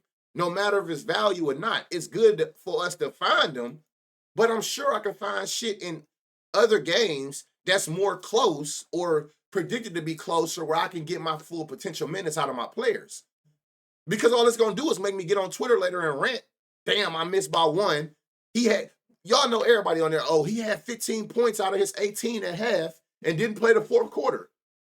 I bet he did. But the spread kind of told you that was a potential to happen. You know what I'm saying? So that's why I be very careful with how I be wording shit. Because these motherfuckers be thirsty to be like, you were wrong, you were wrong, you were wrong. Like, all right, yeah, all right. You know what I'm saying? So be very careful with games like this. Why force a game that's kind of telling you blowout with 12 games on the day? Why? Because you like the Celtics? Because you're a Celtics fan? Because you like the Brooklyn Nets players? You're a Brooklyn fan? That's going to force you to play this game? I'm out of here. Out the gate. But my job is to find the value for y'all. So it still is value here. I just always tell y'all, just be careful. That don't mean your prop can't hit, but it's a high chance unless it's a, you know what you can identify? Unders. That's something I will be, that's probably where I need to find my under at today. You know what? That's what I'm going to do. I'm going to find me an under in this game. Because I damn sure ain't thinking about no overs if I touch this game, but I maybe, what y'all think? Like, that makes sense kind of? Like, if it's a blowout potential, probably look for some unders. What you think? Do you think that's a good indicator of like a game to hunt unders in, where you think that people ain't going to play all their minutes? Yeah. Yep, you don't got to bet every game out here. Hell no. I'm surprised there's such a large spread without JB. Yeah. But see, you got to take away the player. It could be for so many reasons. It could be the points per game average between them two. They probably, I don't know. That I ain't here to figure it out neither. You told me that's what y'all fucking with. I'm out of here. Definitely because they selling anyway. I wouldn't even, yeah, I'm not touching it. I'm not touching the T-Wheel. I'm just saying, these probably are games where how we look for overs on close games, you can always go the opposite way and be like, well, fuck it, I'm going to take the under because it's potential blowout. So shit, maybe he won't hit his line if he ain't going to play the whole second half of the game any damn way. So, but I'm not personally going to touch it. But my job is to still find the value in gems for the ones who like, fuck that spread, fuck that total. Ain't no way. Peyton Pritchard good for threes off the bench. My Celtics is going to bounce back after the Warriors game. Exactly. They about to come out here and fuck them up. That's another reason. Like, they about to come out here and beat the blood out Brooklyn. But again, we're going to find our value. We're going to do our part and do that. I'm not touching this shit. I'm not touching this game. You fuck who you is. Unless it look like something that I think you can cover in the first half, which I don't. I need all my minutes. You know what I'm saying? Which is why rebounds is my favorite prop, y'all. I tell people that all the time. Rebounds is my favorite prop. I tell y'all, I'm a numbers guy. I'm big on probability. The reason rebounds is my favorite prop out of any prop you can take on the board is because rebounds is the only prop you can get on both sides of the floor. Think about that. People don't even be thinking how I be thinking. No other prop you can get on offense and defense. I'm big on the most, I'm trying to get the most chances out of whatever I'm taking to cover. People don't even be thinking about shit like that. Rebounds is the only prop that you can get on both ends of the floor, which tells me I got double the chance of hitting that over any other prop because of that reason. So that's why I love rebounds when I can find them. And speaking of that, so look, you got Finney. His line is 8.5. He's averaging 12, which makes sense of why his 8.5 is favored. So he's averaging more than that. They're giving up 15. There is value. You can go up to 12. You have plus 195. Going up to 15 is plus 450 on DraftKings, plus 500 on Bet. Let me find out BetMGM trying to find their way in here. Let me go see if I got to go dust off my BetMGM account. Not for this game, but I'm just saying it have been a couple games we done went through where BetMGM was superior in their outline. So there's value there. There is value there. Neither here nor there about the other shit is value there. His line is 4.5, which is crazy. He averaged 5 rebounds. They're giving up 9 to power forwards. You can get 6 at plus 175. If you go up to the 8 they're allowing, you getting it at plus 650 on DraftKings. So there's value in his rebounds. Assists. Line is 2. heavily favored it to happen. He averaged 2, they give up 4. That's a nice little straight piece or a parlay piece for you. Up to 3 plus 245 for 3, which is still lower than the average they allow. And again, if you don't want to go points, rebound, or assists, since we see that they give up so much in all 3 categories, the safer route for you would be PRA. The safest route, don't play none of that shit. But I'm not here to tell you what to bet on. So the safe route would be PRA. Safest, his line, wait, what? His line 4.5 on FanDuel. His 8 is a steal for rebound. What's 4.5 on FanDuel? Hold on, go back. Yeah. His line 4.5. And 6 plus 175. Is this what you're talking about, Tracy? His rebounds? Yeah. No. Everybody got paid on Fridays. BetMGM giving up good promos in the mini basketball game. Got free $50 on the dunk. For real? Flipper? Y'all know how I operate, and I tell y'all this. I'm going where the fucking odds is at every time. Every time. So that's why I got every book known to man that's available in Ohio. I'm going to play. If something I like, I don't give a damn what book it's on, except for Fanatics. Fuck you, Fanatics. I don't know what I did to y'all. I don't even play y'all enough for y'all to have me maxed at $10 on any bet. Like, why am I limited? And I don't even use y'all. Like, fuck y'all. But outside of them, any other book, wherever the best odds at, I'm going. Plus 600. So, no, for sure, it's value there. That's why I do this. The value's there. You do what you want with that information, seeing the other shit that's going on. you do what you want with that prop. It is value there. It's definitely value there, seeing that they're giving up a lot of points, rebounds, and assists to power forwards. Y'all do with that what you want. They know who the big dog is. They need to not know who I am because that's bullshit. Because Fanatics be having some crazy lines on alt lines, and I can't bet nothing more than $10 on no bet. They don't even let me put more than $10 on a straight bet over there. I don't know why it's like that. I don't know why. I probably use them for 5-6 bets. Probably because I'm 5 or 6-0 over that bitch. But still, you limit me that fast? Drew, his line is 13.5. Another pattern, y'all. Off, on, off, on, off. He due for a good game according to his pattern. That's probably why they got his 14 points favored. And they giving up 18, so you can see. I like the 13.5 at minus 118. That's a nice straight / parlay piece. 15, you getting that plus money. You only gonna need 3 of them to get to plus 1,000. What you should be aiming to do, try to stay within 3 to 4 legs. Nope, not going to 20. So yeah, I like his line of 10.5. But again, y'all know when I'm looking at your actual line, I prefer this side to be green as well. So those are the type of props I'll skip. That's a good prop, seeing that they give up more, but I want great. So if I'm going to take your line, I prefer both sides to be green. When I get to thinking alts, all I need is the defensive side to be bright green. Assists, they're giving up 7. His line is 4.5, which is favorited. And that's because what? What have you done lately? But also they see these high-ass potentials he get every game. Fanatics about to pass up FanDuel low-key. You can share bets now. They got good odds on a lot of shit. I just can't get no money down over there. The mini game called Take Your Shot. Oh, I ain't here. Super Turbo Club. Appreciate that follow. Under for this. So yeah, again, I mean it's value in his assists. His line is 4.5, favorited. Again, it's not because he's only averaging 4 in his last 5. They see what we see. They see could have had 9, could have had 6, could have had 9, could have had 8, could have had 13 assists. They see these potentials. So his line is 4.5 at minus 122. What they giving up 7? So let's see, 6 plus 165, 7. You can get at plus 360 on BetMGM. Again, there is value here. Do I suggest it? No, but I am not you. You know what I'm saying? If you decide you want to go after that value, you can.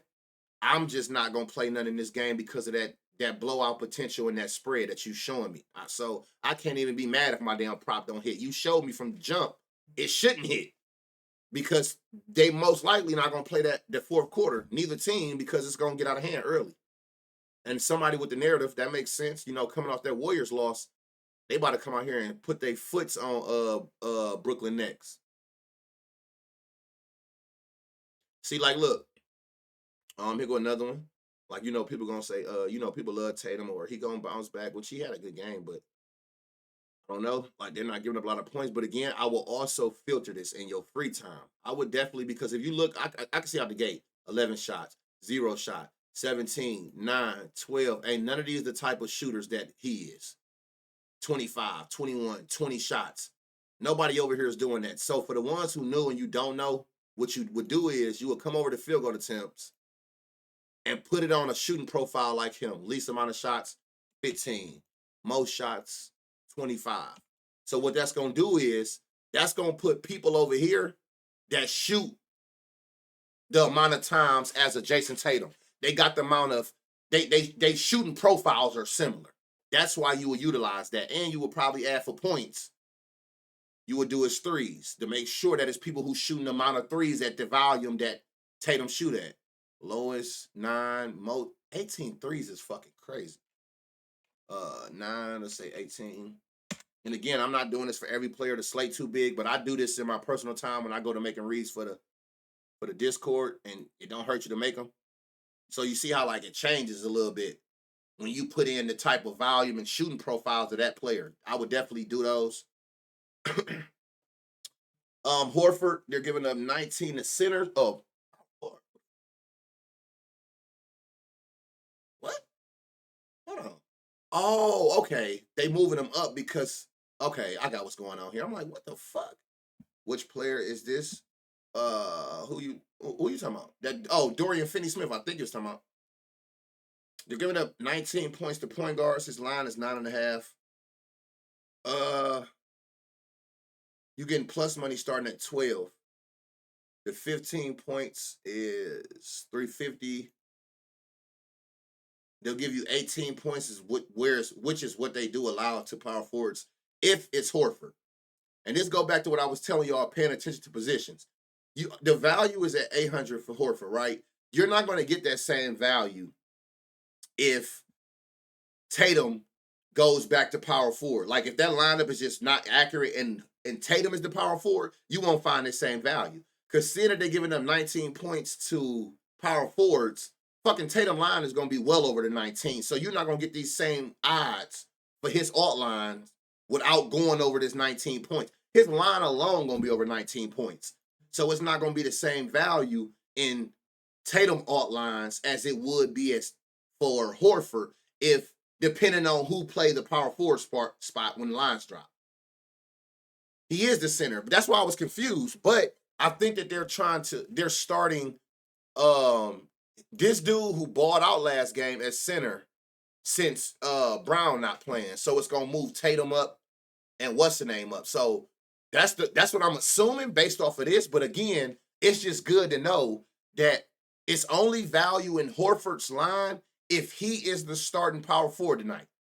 Because that's where the value is at based on what they give up. If Tatum is the power forward, the value's gone at that position. Because Tatum line is going to be well over the 19 points that they allow. So it won't be no value in his alt line. So keep that in mind. It would have to be Horford starting at power forward tonight for that value to still be there in his ladder. And then, of course, they don't know who the center going to be, so they don't got no lines there. But me personally, I'm fading that. I would fade that. This is going to be a good game. One of the higher totals, over 230. Lower spread, meaning, balanced teams. So this game should go down to the wire as far as your players, as far as getting their minutes. Yeah, the lineup matter big time. You got to remember that looking at doing, it's not defense versus player. It's defense versus position. So you're looking at when those lineups drop, the player that's in that position that team is giving up a lot of points, rebounds, assists, or threes to. Don't focus on the player. You need to know when that lineup drop. And you can also keep up here. For those who don't know, like RotoWire, these are expected lineups, but as the lineups update, these go from expected to confirms. This is what 90% of the people use. RotoWire, that's what I use. You can do projected minutes, I think, for certain games if you don't got a membership. Like I don't. I do this for baseball and basketball. So just RotoWire, which is this That's the website. Like for those who need it or whatever, you can always just check in here. These, like I said, expected, but these will turn from yellow to green when it's actual set. So you know, okay, I remember that they're giving up 18 points or 19 points to power forward. So once we know for sure down here, if they the ones who lock in at Al Horford, if he's locked in at that spot, then you still got that value at his position. So keep that in mind. They're giving up 5 threes to point guards. My Cavs he's averaging 4. They're giving up 5, so it makes sense why 4 is at minus. Appreciate the prime sub. It makes sense why it's heavily favored to hit 4 threes. Giving up 5, you can go look and see what the 5 is.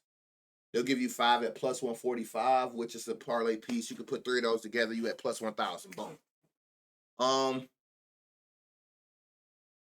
For me, I mean, you can do PA when you're looking at his line because it's green here. But like, I'm not thinking alt line PA, and I personally I'm not thinking PA because the points. Like, I know that he's just coming back from injury, but I still got 2 games. I would need his points and assists to be green on both sides for me to take his PA line. For me to take the PA alt line, I would need the points and assists to be bright green.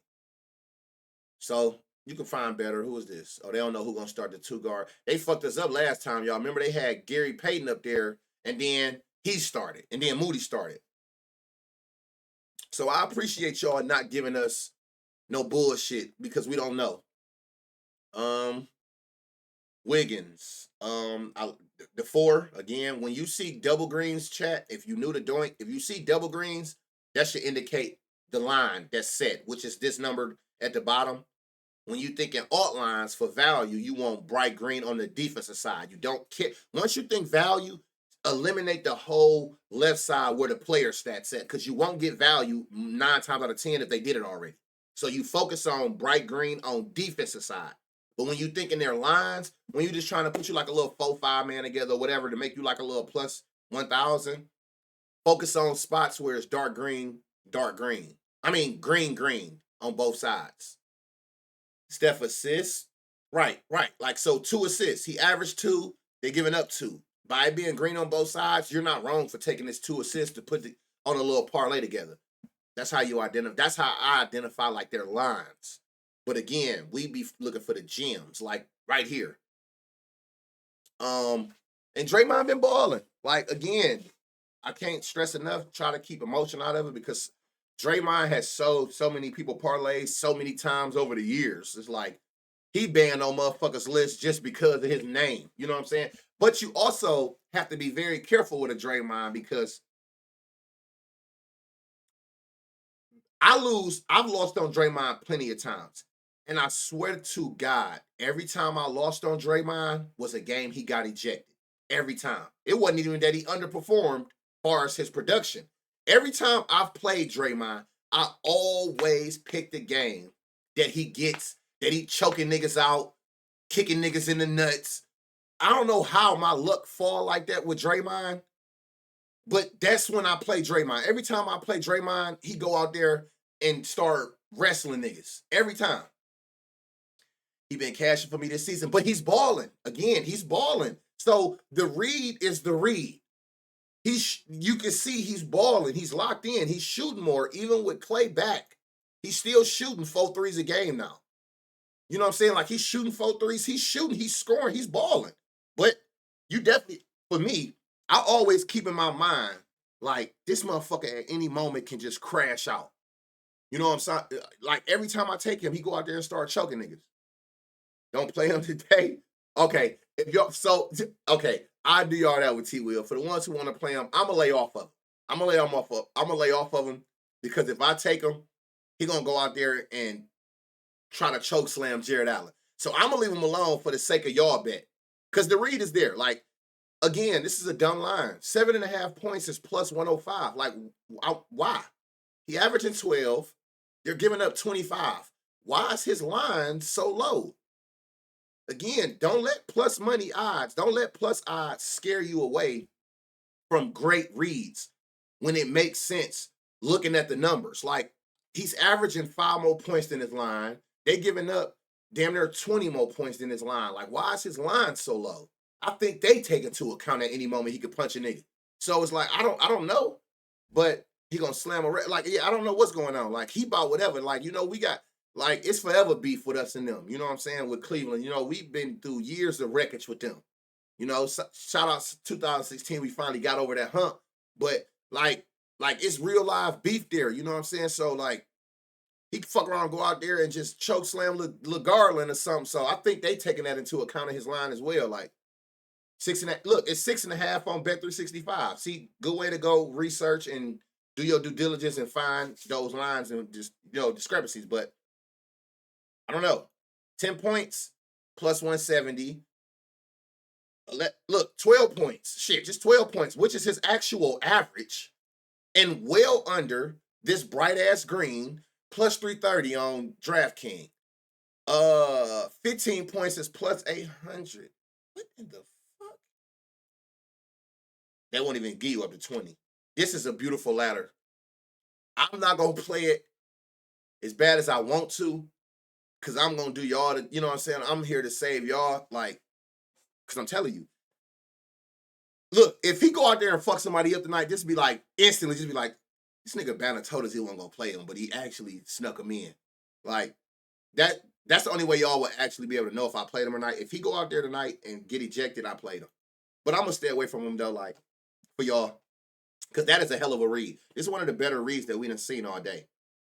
And like, even here, for those who scared, what was the most? 15. Look, had 9, missed 6 shots. Had the 15. Had 14, missed 4. Had 14, missed 6. This motherfucker is around that 15 mark at any game these last 4 games, even though he only hit it once. Like, so this 15 at plus 800 looks amazing. This one of them, like, these type props is like equivalent to like a fat booty bitch, you know what I'm saying, that catch your attention. Hey, this is one of them props. Like, this plus 800 is a fat booty bitch. Crash out Dre, yeah, he be crashing out, but this plus 800 is good money for sure. Like, it's one of them little thickums, you know what I'm saying? Hey, Sade, come here, talk to you, little mama. You might want to go talk to this 800. That's good money. They never list his threes. I bet they don't, because you don't know what you're gonna get out that motherfucker. But he shoot them though, for sure. 12 boards. He averaged 6, 13 potentials. So like even 10 boards, y'all. Like, look, he could have had 10 there, he could have had 10 there, he could have had 10 there, he could have had 10 there. Like, he could definitely go get FanDuel never post Dre threes. That's why you gotta go on like Bet365, DraftKings. Let me see. Draymond, let's see. 2 threes is plus 310 on what's name. I don't like the threes because it got to make sense. The threes is not where they giving it up at. It's just like people getting their points in them trenches on Evan Mosley. So the threes I'm not liking. I'm not going to make you take threes to give me my points when the read ain't telling me that. People are averaging 25 points with no threes hit. Look, nobody's hitting threes. They just get in the paint. They in the trenches. And this is something for y'all who don't know. There's a points in the paint where you can see a person's points in the paint, like what they field goal percentages is in the paint. So you can take that into account as well. When you're thinking about like a big, when you're thinking centers or power forwards that be in the paint, like pay attention to that. 3 threes is plus 1,200. That's crazy. I'm not going to say it's crazy value, because it's crazy value to a person that's looking at trends, because you're going to be like, he hit 3 here, he hit 3 there. That's not how I find value. You ain't giving me bright green on threes. So for me, I'm not going that route. They're giving up all these points to power forwards with no threes being hit. So you go out there and give me that without no threes being hit. And like even right here, like 14. He had 14 missed 4 shots. He only shot 3 threes. So it's like he can get up there without hitting the threes. That would help, but he can get up there without hitting the threes. Dre double-double. That's a good read. By you seeing bright green points, bright green rebounds, that is a great read. Let's see what they'll give us for his double-double. That is on here as well. Shout out Noy. Double-double.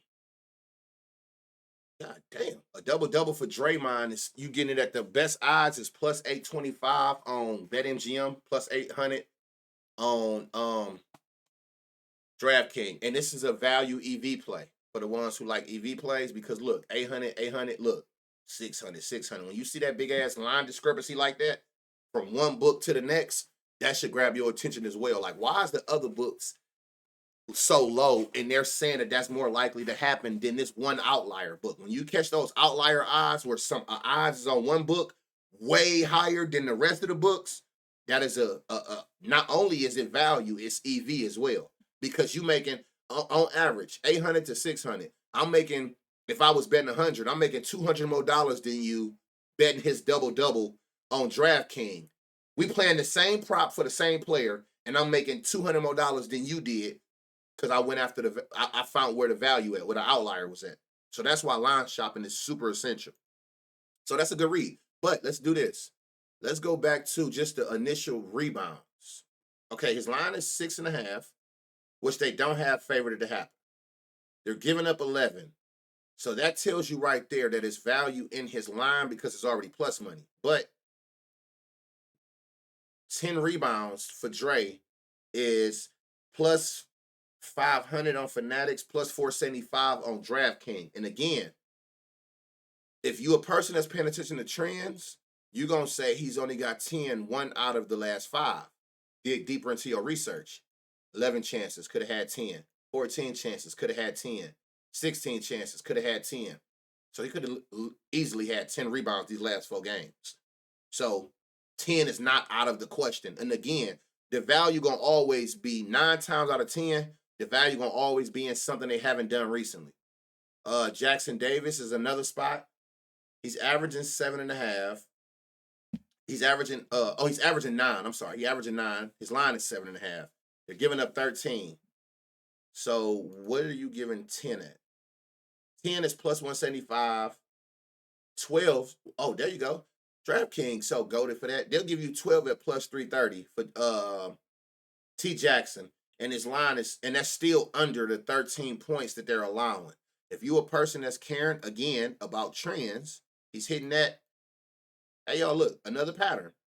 Bad game, over 12. Bad game, over 12. Bad game. There's value. We found value. 7 boards is still plus 115. Right.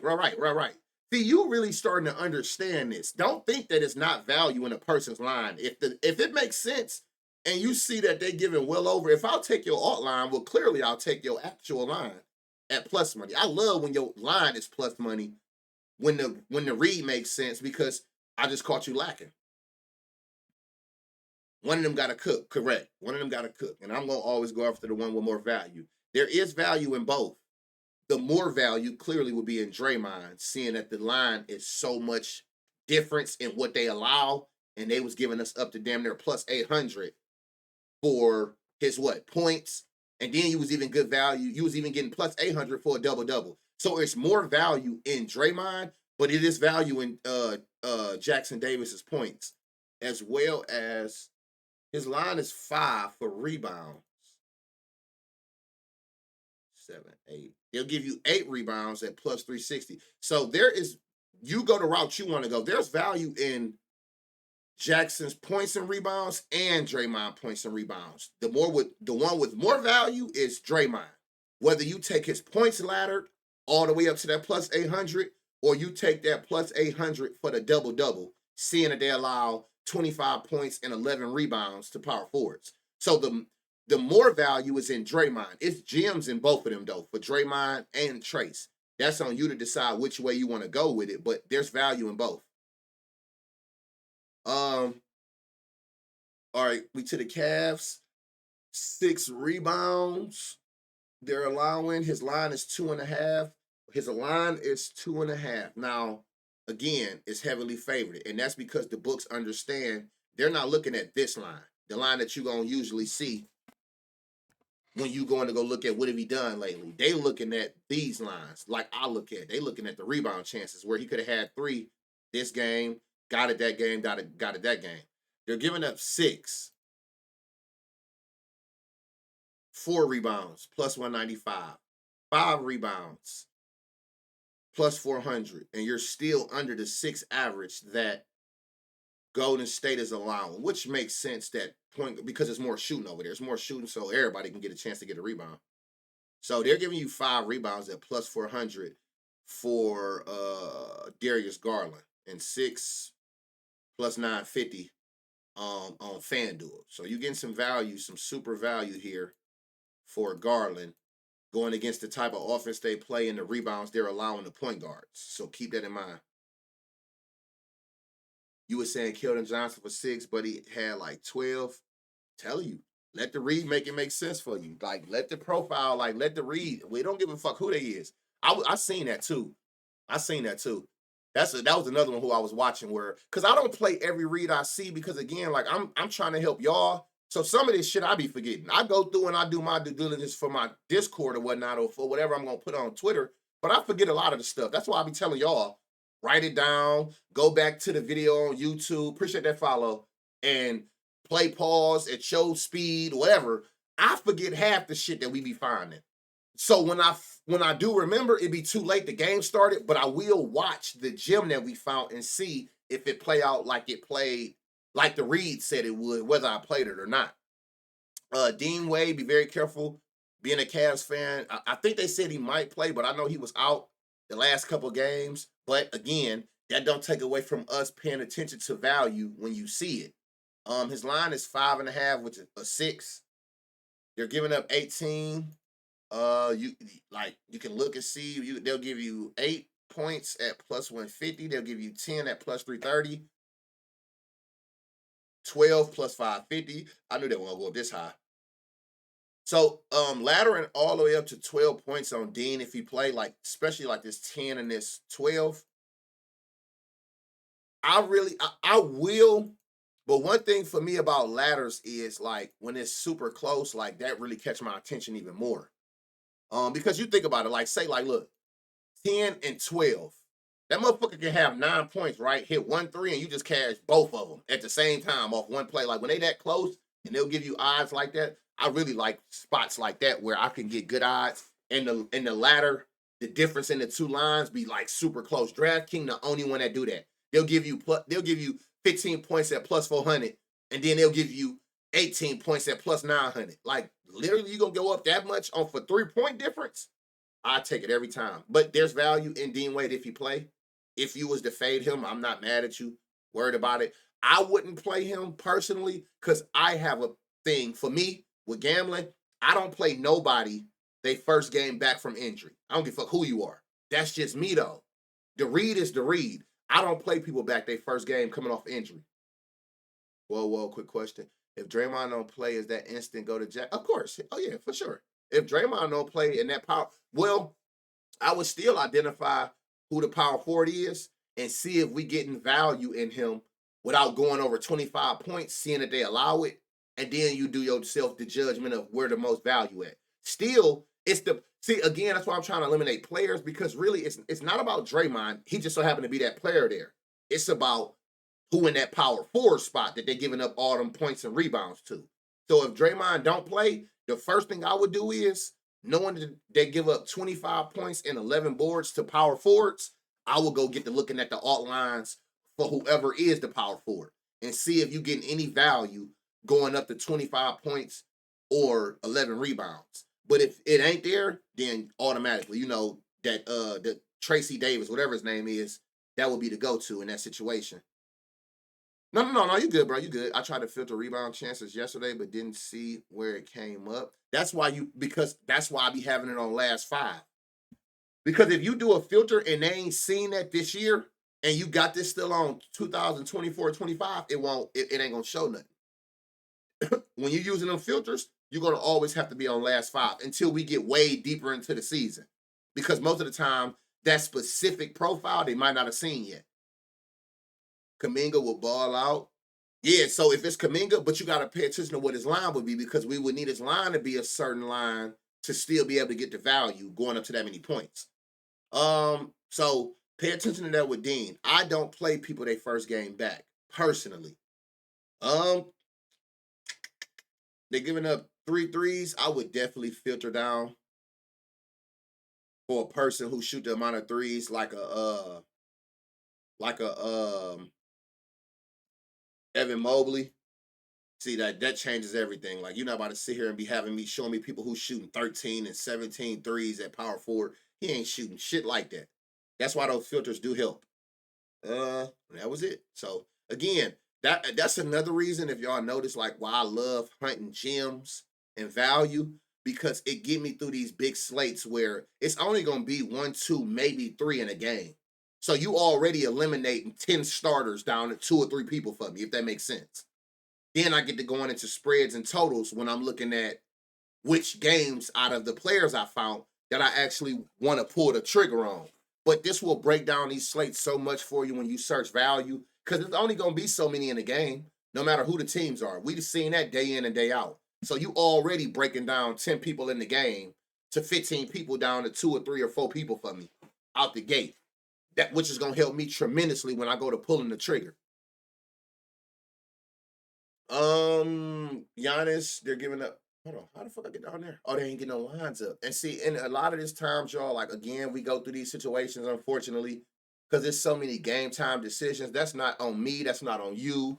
You will just have to bounce back, note those games, go back in later on Doink, because Doink is live. So as they update them, you'll get them here, and you would just have to go back in and search them, because they don't know who playing, which is sad for the game that y'all allowing these players to just sit out and do all this nut ass shit. But to be honest, I don't even be thinking it's always the players, man. I'm so wrapped up in at this point, like, that the books and the NBA is like this. Y'all do this shit on purpose. It's not a coincidence that y'all start doing this shit when y'all came with the deal that NBA is now considered an entertainment sport. So you motherfuckers is basically can play in our face and we can't do nothing about it, like wrestling type shit. Like, so I believe that it's not a coincidence that y'all wait 3 minutes before a game start and sneak a prop in that we all had already seen got value in it, and you try to sneak that motherfucker in right before the game start. Like, I ain't buying it. I ain't buying it. A lot of this game time decision shit is the books trying to see where people putting their money at early, and then they make the lines around that versus the stats. That's just how I feel and what I truly believe. On God, I do. I ain't buying that y'all is just don't be knowing. Like, man, fuck out of here. Y'all be knowing. And y'all be knowing these lineups way before y'all disclose it to the public. Y'all just want to see where our money at. So y'all know who you need to make that call to. OG, we move. 6 rebounds. They're giving up 6 rebounds. He's averaging 4. His line is 4.5, which is heavily favored. You can get 6 at plus money. But that ain't where the value gonna be at, because that wasn't bright green. I don't even know I went there. It's these assists. He averages 3. His line is only 2, which is heavily favored at like a little parlay piece. He averaged more than his line. They're giving up 4. So coming to see, you can get 3 nowhere. Oh, yes, you can. I mean, on BetMGM at plus 225.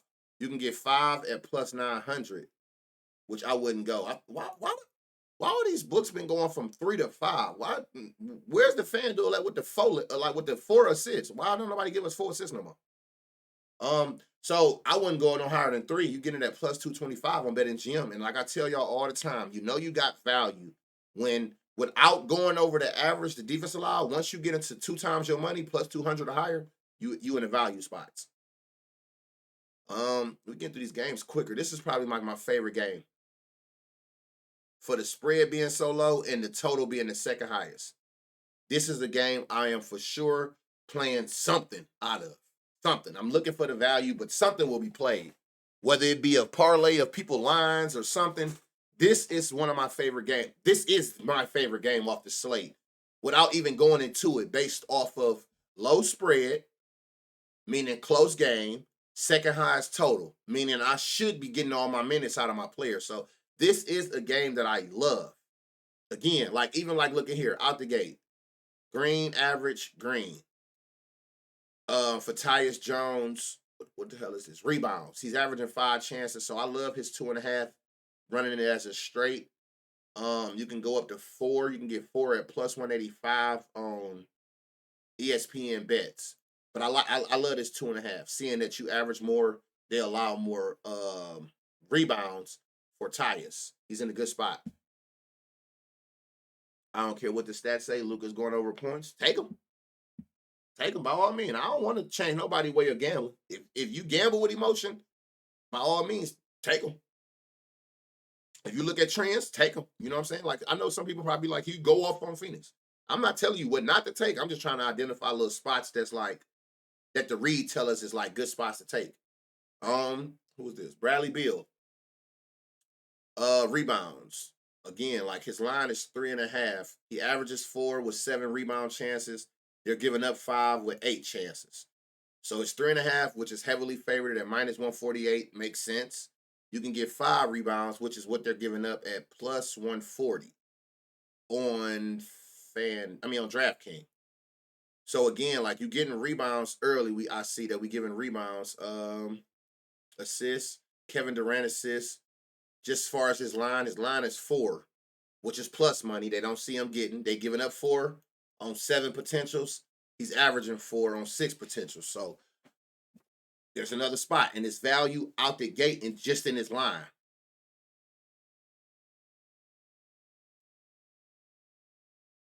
Let's cook up a plus 1,000. I'm giving. Hey, you can take any piece you see, brother. This is a teaching. These be teaching lessons. So anything you see that me and your eyes both is identifying, by all means. By all means, I'm trying to make sure people understand because I want to make sure that these people can do this on their own and they know how to read the board and trust the reads.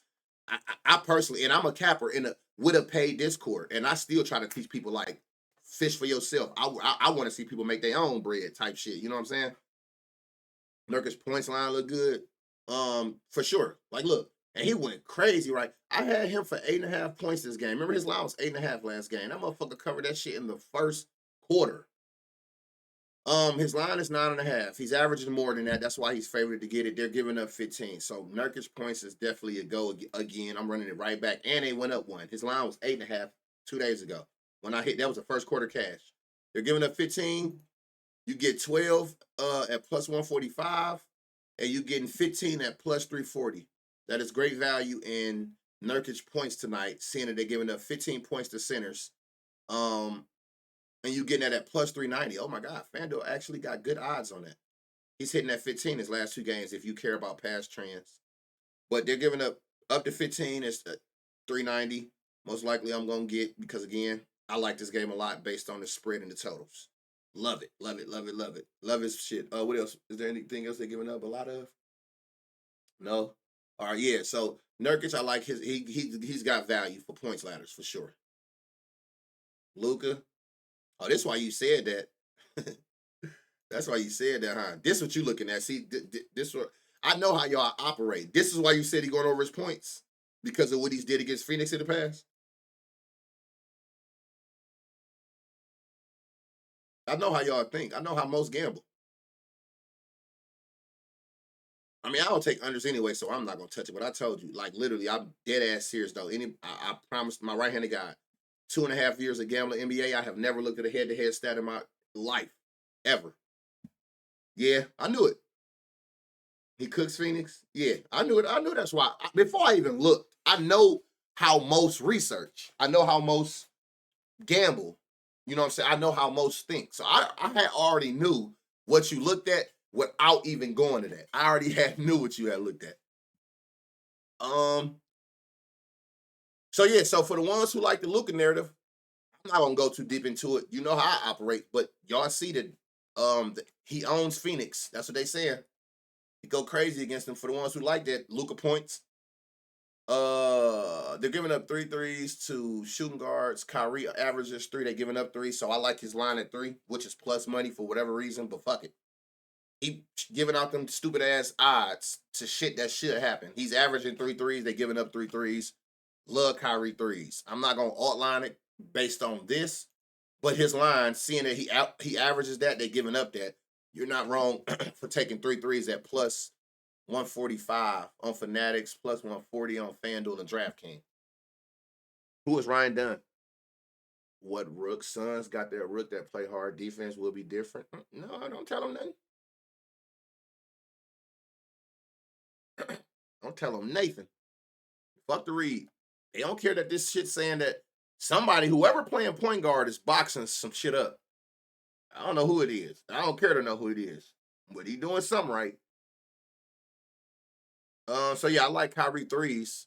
Just his line. Ain't no really like no extra value there. We ain't forcing it. Who is this? Clay. Rebounds. His line is 2. Damn, that's low. His line is 2. He averaged 2. They're giving up 7. So you can come look and see what 3 is. They giving you 3 rebounds. Oh, hold on. What am I looking at? Oh shit, I'm looking at the wrong stat. Hold on, my bad, y'all. Rebounds. His line is 4. His line is 4 rebounds. They're giving up 7. And look, you can't pay attention to this. Oh, he only had 1. He only had 2. Motherfucker had 9 rebound chance. He could have had 9 rebounds, and he could have had 4 rebounds these last 4 games, even though he actually got it twice. So 4 rebounds, seeing that, and he getting 7 rebound chances. So he's attempting to get rebounds. 5 rebounds is plus 225 on DraftKings, which is well under the 7. You can see 6 is plus 500 on FanDuel. 7 is plus 900 on Fanatics. Going up to the full 7 that they allow the small forwards. Luka's so overrated. I don't think he overrated. I just he just be doing too much sometimes to me. I couldn't play with Luka. Dead ass. I'd be requesting a trade so fast. Like, you the point guard. Like, I couldn't play with him or LaMelo. Y'all style of players, point guards. My nigga, do you know what your job entails? Why am I the sniper on the team and I'm watching you shoot more than I am? I couldn't play with neither one of them. Personally.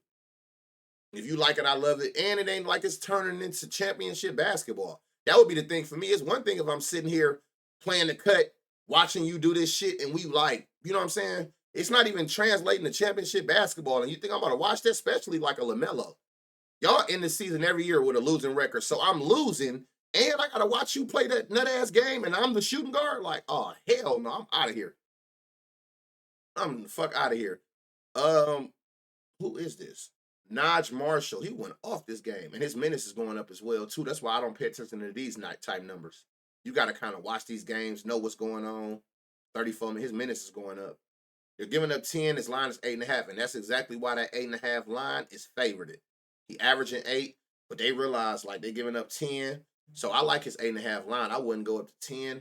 I would just take his line at 8.5 for a straight or a little 4-leg parlay piece. To be honest. Yeah, he just be out that bitch shooting. And he don't got the mind frame, neither one of them, when I'm having a bad shooting game to turn into that point guard that's going to get other people involved. The more they miss, the more they shoot. Like, what? You literally have a shooting guard, a sharpshooter's mentality at point guard.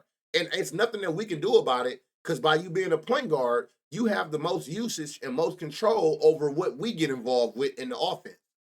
I can't watch that shit. I promise you. I'll be the fuck out of there. 12.5 points. They're giving up 16 points to Gafford. So again, do yourself the thing. Like y'all know how we always do with Gafford. Come over here, go to player props bench, and see the same numbers. So, like, for instance, like I'll give you a perfect example. They're giving up 15 points to centers, right? So the first thing you're gonna do is, since y'all showing us him, come look at Gafford for 15 points. Plus 220. The next thing you will want to do is knowing that these are 2 people who split minutes for sure.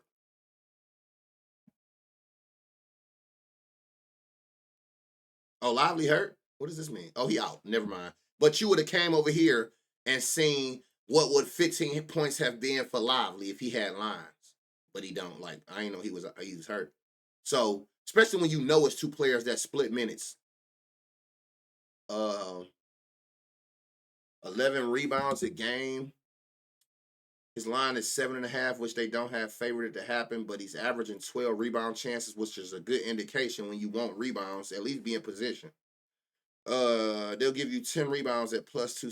They respecting it. They're respecting it. Plus 260. Another one, y'all, that y'all think about. This is a situation like a Draymond. When you see the points is over and the rebounds is over, you're not wrong for coming your ass down here and seeing what his double-double is. And again, look, it's value in his double-double because, look, he hasn't been getting it. They odds going to always be, what have you done lately? But pay attention here, though.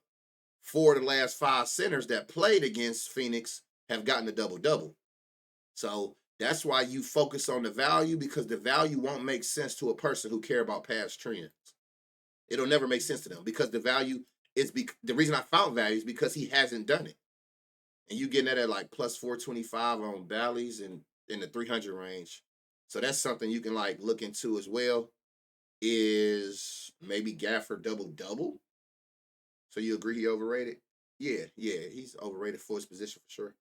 They use Gafford and Lively like Gibbs and Montgomery flat out. Yeah, they do. But you just seen though that they don't Lively out. Damn, I'm out of coffee. I need some coffee. Hold on. Y'all already know. I gotta grab coffee. I need to just have a pot right here so I don't have to go on these little. But y'all know that shit so fast. Let me grab this coffee. But look, we're gonna start here. It's another game you kind of like. It's okay to look at, but be careful. You're starting to get close to that double-digit spread, which the higher the number is indicating potential blowout. Just be careful, and it's one of the lower totals. So these are better defensive teams or team averages. Their pace of play is lower, so that's why the average on this game is lower, one of the lower ones. But yeah, let me grab this coffee. Let me get this coffee. Let me get the coffee so we can finish these last couple games, man. And I can, we can get to this goddamn money. Do you know what they're using to come up with spreads, Shined Up? Do you understand the algorithm to the spreads? It's solely on like per game, right? So let me see. And for those who don't know, like I know a person have asked me here and there, if y'all the type of players, because I know people like this too. They don't touch player props. They only do like over unders and shit like that. It's basically on like a averages. It's averages. So it's not based on the team. They look at the averages that they've beat certain teams by, the averages that they've beaten certain teams by, and that indicates to them how much better. The spread is basically telling you how many points better the team that's favored it is. Remember, I told you the spread is the only way to make two lopsided teams even. The number of the spread is from their calculations and algorithms, is telling you how far apart they are. So based on whether it be pace of play, style, team points per game, they're telling you that Oklahoma is 9 points on average better than Houston Rockets based on their previous stats of, like I said, pace of play, how the averages you've beaten teams by, the averages you've lost by those numbers in the algorithm is telling you that the favorited team, which is minus 8.5 Oklahoma, they're on average, they're about 9 points so far this season better than the Houston Rockets is. With all this info, as you should. Now, if you're a person who likes spreads, this should be the only thing you ever cared about. Not the only, but this is a big thing. This is called against the spread record. And it tells you. So far this year, the Rockets have covered their spread. Whether you favored it or the underdog, they've covered their spread 5 out of the 8 games. When they're at home, they've covered whatever the spread was, the favored it or underdog side, 60%.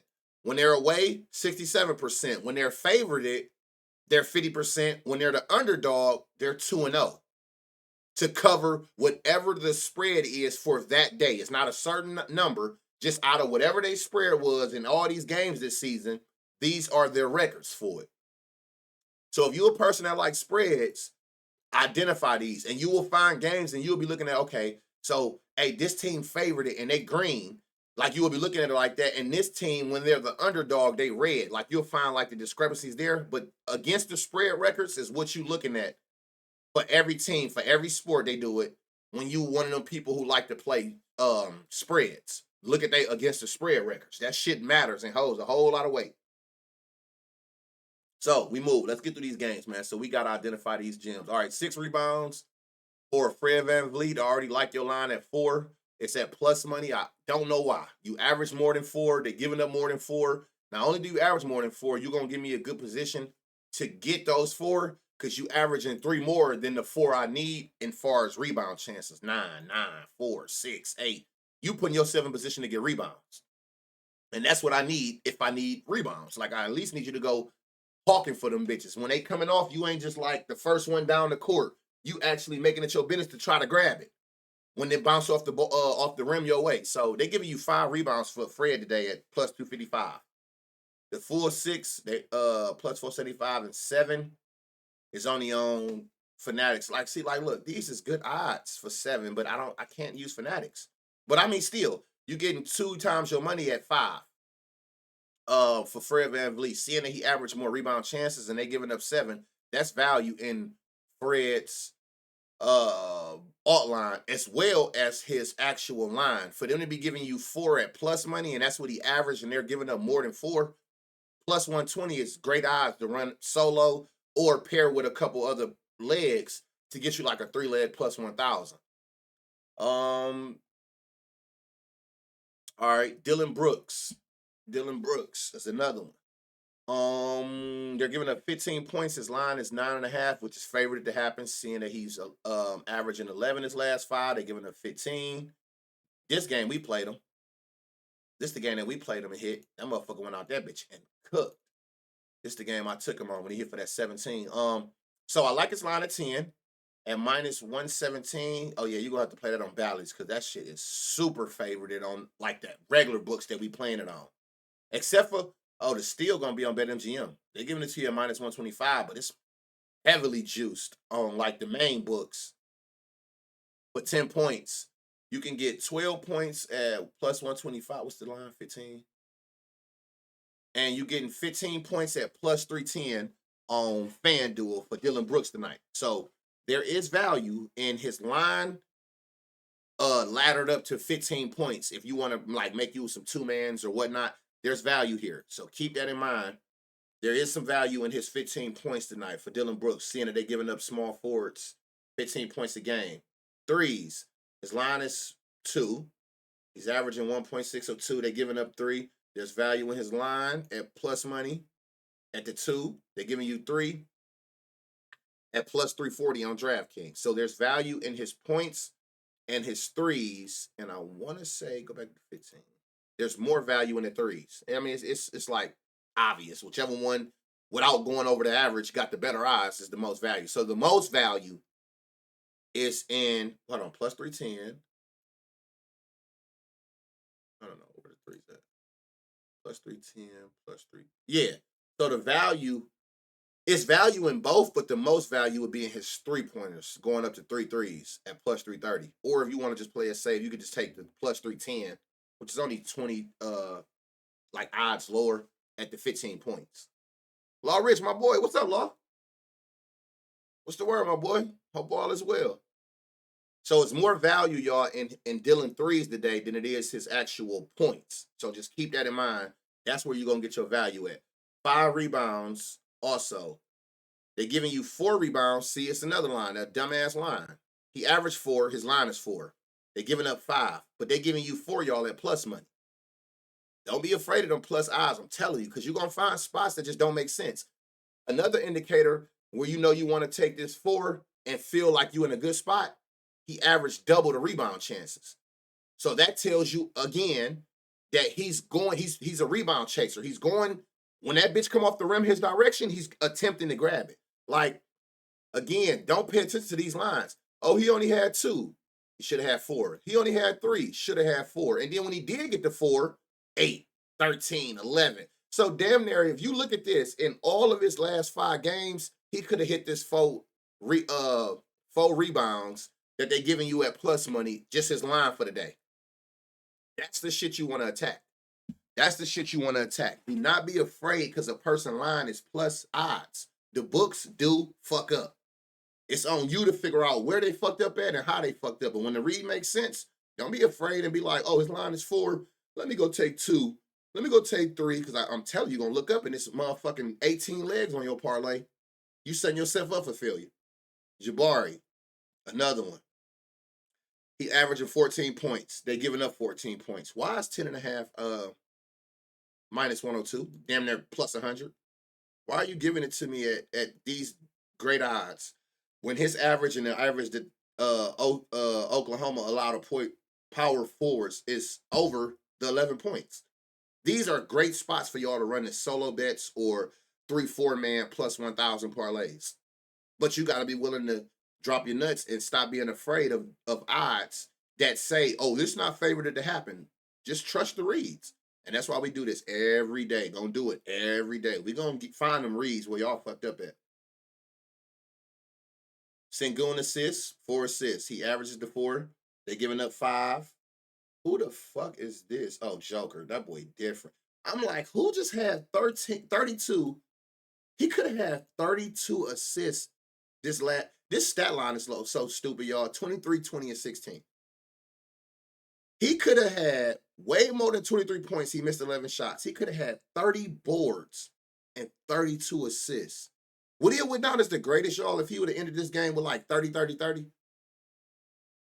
Would he be like the greatest center to ever touch the court if he would have got all 30 rebound chances? He got 20 of them. And if the 16 people that missed the shot, 16 made it, 16 missed. Y'all think he would have been like one of the greatest if he'd have ended this game with 30, 30, 30? That would have been insane. Uh-oh, here we go. Lou Dort. Line is 9.5. They're giving up 13. He's averaging 12. Stupid line. You giving me 10 points at minus 105. Stupid line. That's a dumb line. These is parlay pieces. All right, we almost done, y'all. We almost done. These games, another one. Now, here go one. High total, but you getting close. Again, you're not at the double digits, so it's not like I won't play nothing, but just be very mindful when you start seeing higher spreads that it could potentially get out of hand fast. That's what Sengun was on my fantasy team last year. He a dog. Let's see. Okay, here we go. First stop. Keyshawn George. And that boy went off. All right, so they're giving up 23 points to Bull position. They're giving up 23 points to small forwards. He just came off a 20-point game. His line is 10.5, which is favored to happen. I bet it is. Because even right here, 6 points, missed 7 shots. 11 points, missed 5 shots. 2 points, missed 7 shots. They know that he got the volume to cover for 11 points. He shoot enough shots. So you giving me 11 points, love the 11 points already as a straight or a parlay piece at minus 115 on DraftKings.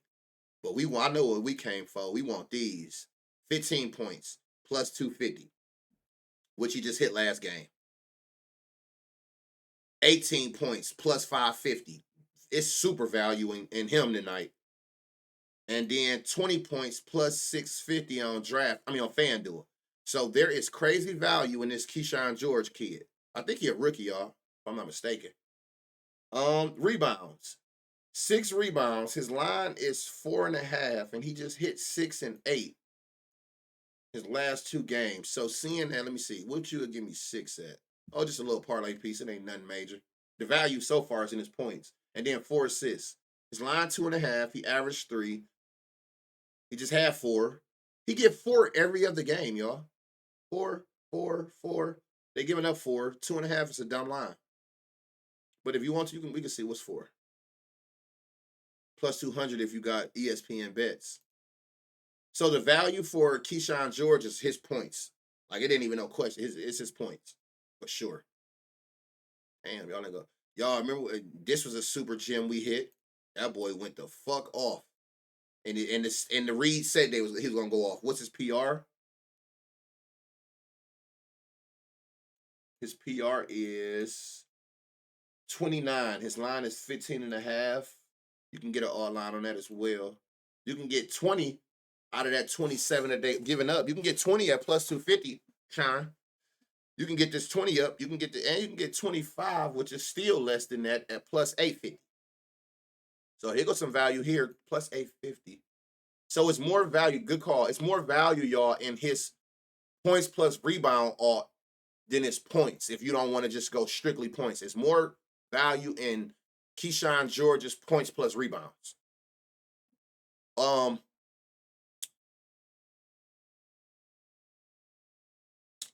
Move. Okay, here we go. Jared Jackson, this fucking bum.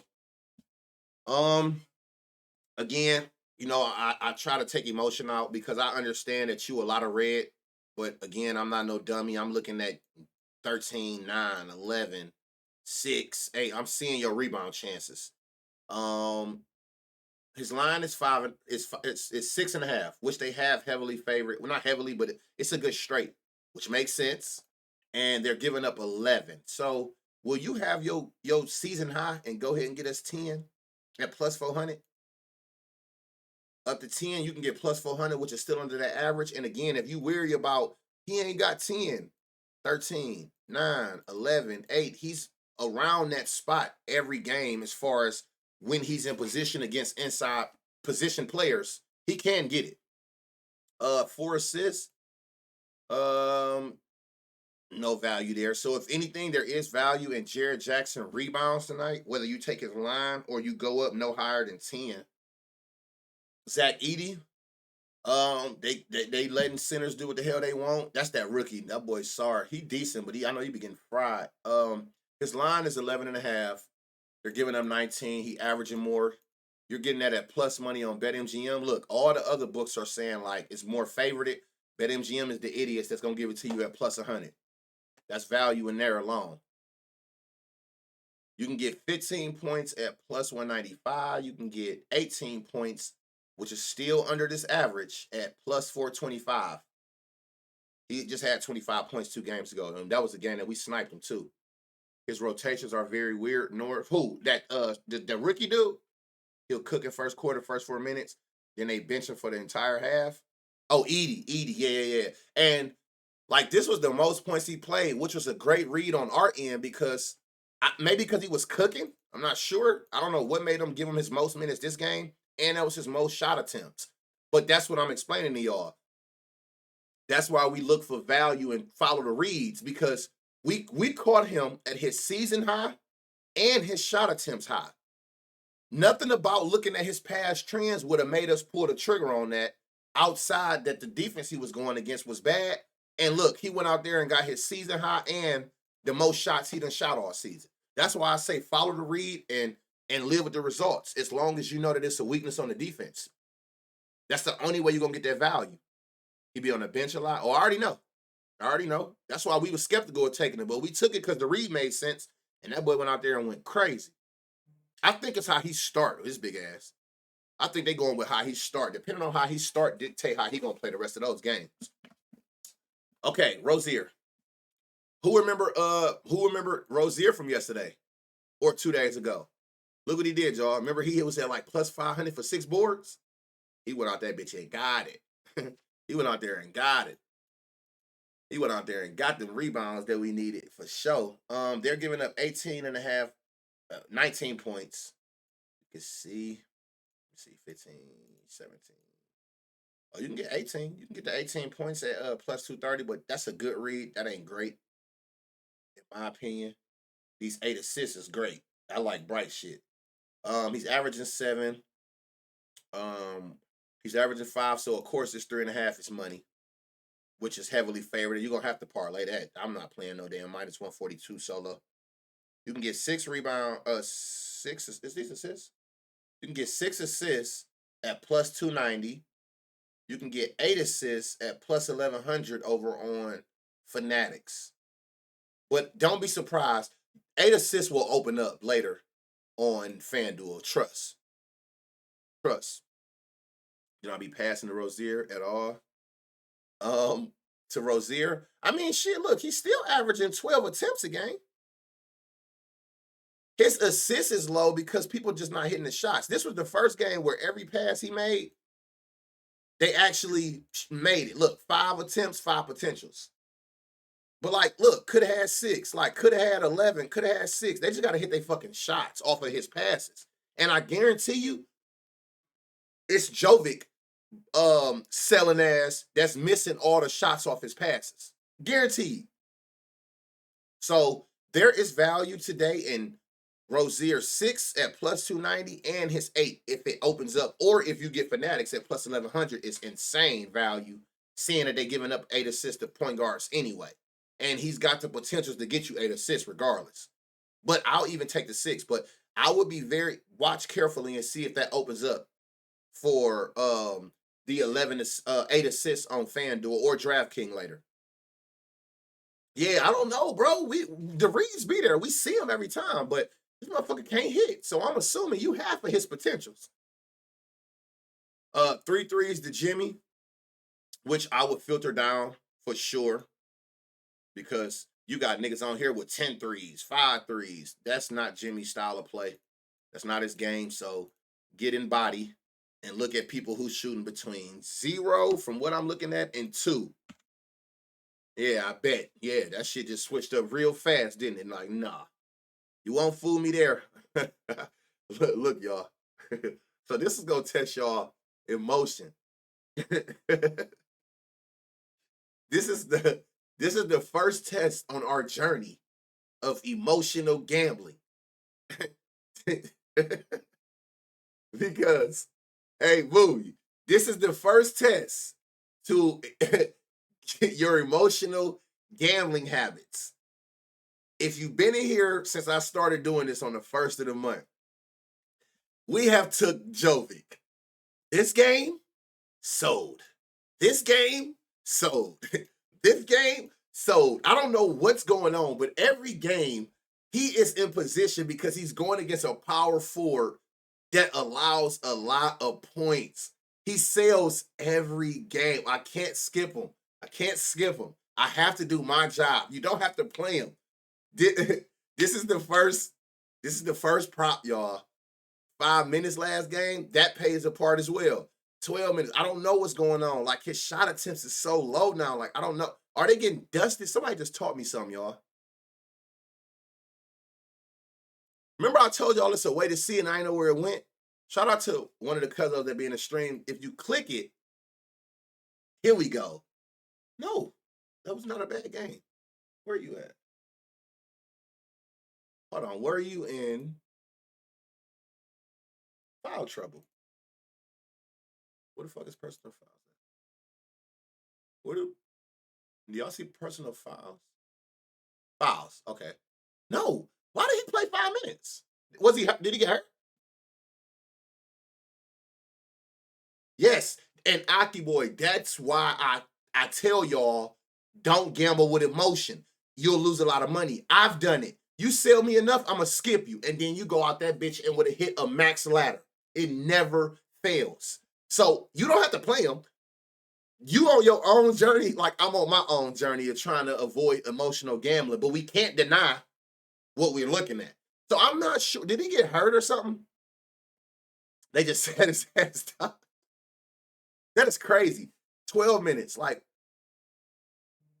a 1-point game and 1 foul. Oh, no, that's PA. What's going on here? I don't know. Like, why is his minutes going down and they're in close games? But that's neither here nor there. Like 3 points, 1 for 7, 1 for 4, 1 for 2. This motherfucker can't hit the side of a barn with a rock. Like, literally, he can't throw a rock in the lake. Like, what's up? I'm gonna play on what you're gonna hear from me in the court, cuz and you know, I'm just saying, bro, the read is there. He's in another dog ass spot, bro. I don't know what is going on. This is not right. What do you mean? His line is not 9.5. What is his actual line? You saying plus 390 for 9. What is his line?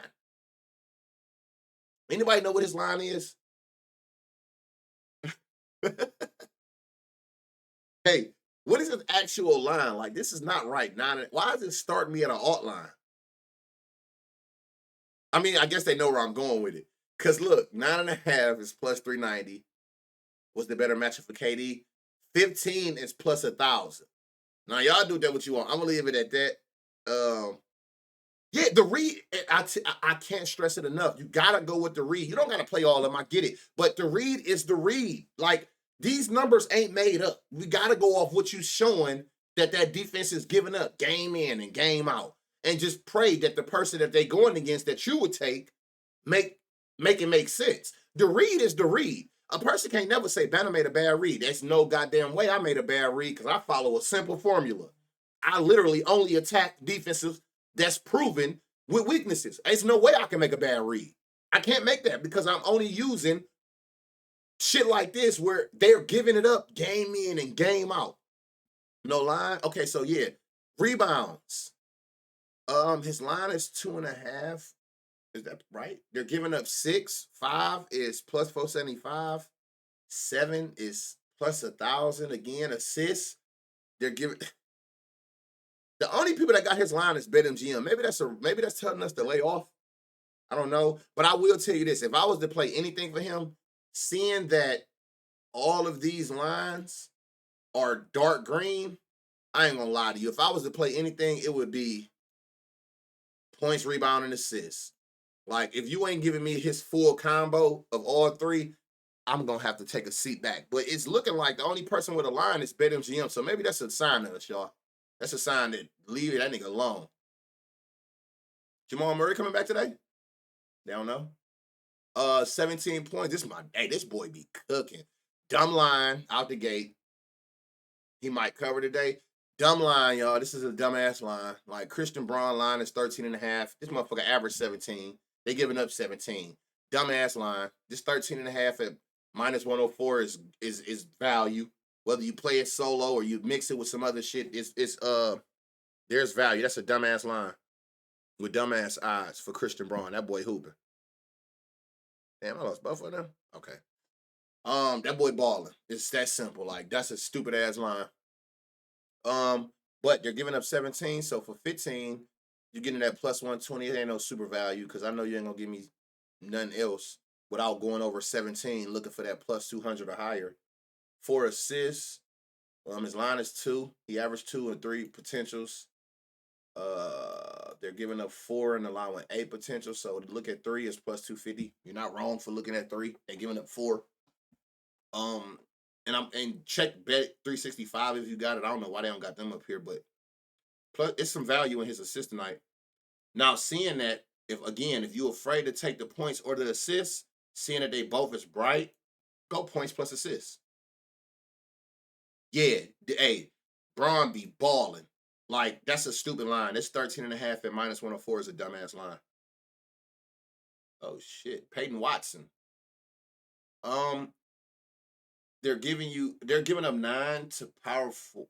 He played for Gordon.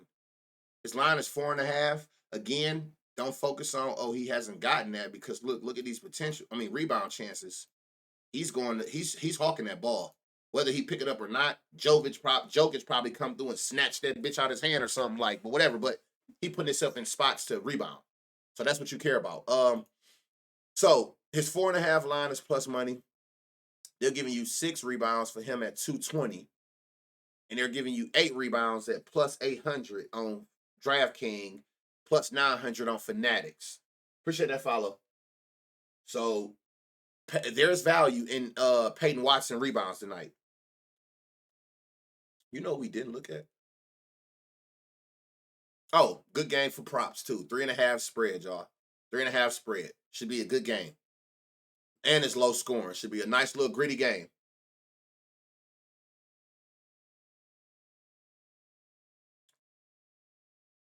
Jokic, yeah, for sure.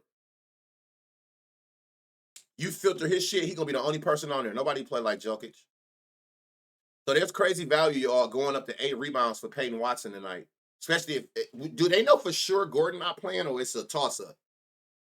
But there's crazy value all the way up to 8 rebounds for Peyton tonight. And then really only here 2 threes, plus it's not nothing I'm seeing. We ain't forcing a goddamn thing. Be very careful, y'all. This is probably the lowest. I was in a court, just never checked announcements. Oh, it's fine. It's fine. You here now? He's out for a few weeks. Gordon definitely out, calf strain. Okay, so we got some value, y'all, in Peyton Watson. Blowout alert. Best be very, very, very careful here. This motherfucker got a 13-point spread. Do not be mad if you play somebody in this game and they don't play the fourth quarter and you go your ass on Twitter and get to ranting. The proof is there. They told you. Be careful. Be careful. And this is by far the lowest total of the day. Nothing about this game appealing. So I done already broke me personally. Of course, it's going to be even more. But I done already went from a 10-game slate to a 12-game to a 10-game slate. Boston, 13.5 spread? Fuck no. This game? Fuck no. But we going to go through and find the gems for the ones who don't care. But I done already eliminated 2 whole-ass games that I'm not even remotely entertaining. Hell no. Hell to the no. Anthony Simmons assists. His line is 5. They're giving up 8. His line looks great. He's averaging 6 with 11 potentials. They're giving up 8 with 9 potentials. So there is value in, well, the 5 I love as far as taking as a parlay piece, but now you're looking at like 6 plus 145, 3 4 leg plus 1,000 piece. You can get 7 over on Fanatics. 8, you can get all the way up to plus 500 on FanDuel, plus 450 on DraftKings. So there is value in here. Am I touching it? No. This blowout shit got me rattled. But there's value still. The value is the value. The lines is the lines. The odds is the odds. There's still value in his assists going up to 8 assists. No. It's a no for me. Giannis triple-double. Why is that so enticing to people? He'll get as good as mine. He'll get as good as mine. So there, it's value in Anthony Simmons. Now we got another one here. We got Kamara for points. His line is 8.5. He's averaging 10. They're giving up 18. So Kamara, you can get up to, you're getting plus money at 10. You're getting, where the real money? 15 is plus 400 on DraftKings and FanDuel, and plus 550 on Fanatics if you use Fanatics. Going up to 15, seeing that they averaging 18 allowed. Who is this? Minnesota. So there's value in Kamara up to 15 points. They're also giving up 3 threes, which he got the volume for you to get 3 threes. He's shooting damn near 5 threes a game. So like you got volume to get 2 threes is plus 170. 3 threes is plus 700. God damn, over on Hard Rock, which I don't use. And for 4 assists, which he has 4 potentials, he should have 4 assists every game. If whoever he passing it to hitting their shots. Literally, 4 potentials a game. Line 2, you can get 4 at plus, or 3 at plus 165. I'm not going to 5 because that's over, but 5 is plus 1,000. Oh, okay, that's who doing the stream elements, because this got y'all hitting. I ain't no strong with Chris on stream. Okay, I couldn't remember which one was doing it. Stream elements, got you. So I could turn that shit off. Appreciate that follow, Bellboy Beach, BJ. Oh, BJ. All right, let me chat box timers. Yeah, there we go. Turn that off. Turn that off. Okay, there we go. Y'all won't see it again. My bad, y'all. Ain't no song request on. Yeah. So there is value in Kamari points only because I'm not liking this value. If I can't get plus 200 or more on your alt line without going over what the defense allow, is no value for me. But it's a parlay piece. They're giving up 15 points to small forwards. He's averaging 11. They're giving up 15. It's 10.5. It's already plus money. But to see 15, you can get this at plus 280 on DraftKings, plus 300 on BetMGM if you use it, for 15 points for Denny Boy with 2 threes. You get 2 threes at plus 240 on DraftKings for him. So either way, there you getting value on his 15 points and his 2 threes as far as like from seeing what the defense is allowing to his position. And look, like if you worried about 15 points, 13, 11, 13, in every game, he shot less than 50%. He hit his shots. He had 15 all them games. You from Ohio? Cleveland. I'm from Cleveland. Ohio got his own shit going on. Cleveland, we are on. You know what I'm saying? If you know anybody from here, they'll tell you the same thing. Cleveland got his own shit going on. Then you got everything else Ohio. Got a bonus bet on MGM. I'm definitely fucking with that. That makes sense, Ray 2 Grimy. I'm gonna just say Ray. I'm calling this nigga 2 Grimy. Here we go. Jeremy Grant, 6 boards. Again, stay away from trends. You're gonna look and say he didn't get 6. He didn't get 6. He didn't get 6. He didn't get 6. Should have got 6 at 11. Should have got 6. His rebound chances are there. All you hoping that a person do is take advantage of the defensive weakness that game and go out there and play above and beyond. You can get 6 rebounds at plus 550. You can get 5 rebounds on DraftKings at plus 245. And you can get 4 at plus 115, 118. Nice little 3-man piece that you could put like together for a plus 1,000. So there's some value going up to 6 rebounds at plus 550 on Jeremy Grant, when he just got it 3 games ago, but he could have had the last game. Like, so there's value there for sure. Again, I'm not paying this game no fucking mind with that high ass spread. You telling me like it's a high chance that none of them play the fourth. 4 assists, will they give you that all line? They will give you 3. So 3 assists for DeAndre Ayton is plus 275. They're giving up 4 to his position. You from Cincy? Okay. Akron in this motherfucker. You hear me? Oh, damn. Oh, okay. Big Ohio shit. The land definitely standing alone. Yeah, it's different here. It's just different. Like, you got to be from Ohio to know that Cleveland is the capital of Ohio. If you ain't from here, yeah, you're going to be like, oh, no, it's Columbus. Okay. All right. You got to be from here to know Columbus ain't the capital of shit. We run all this shit. So, Mike Conley, he in another spot for points. Shout out Mike Conley. He cashed this Pete. What did he hit yet? Points plus assists. This was the first half cash yesterday. I played this in the Discord for sure. That read just looked too good. That motherfucker cashed that bitch in the first half. That motherfucker been balling.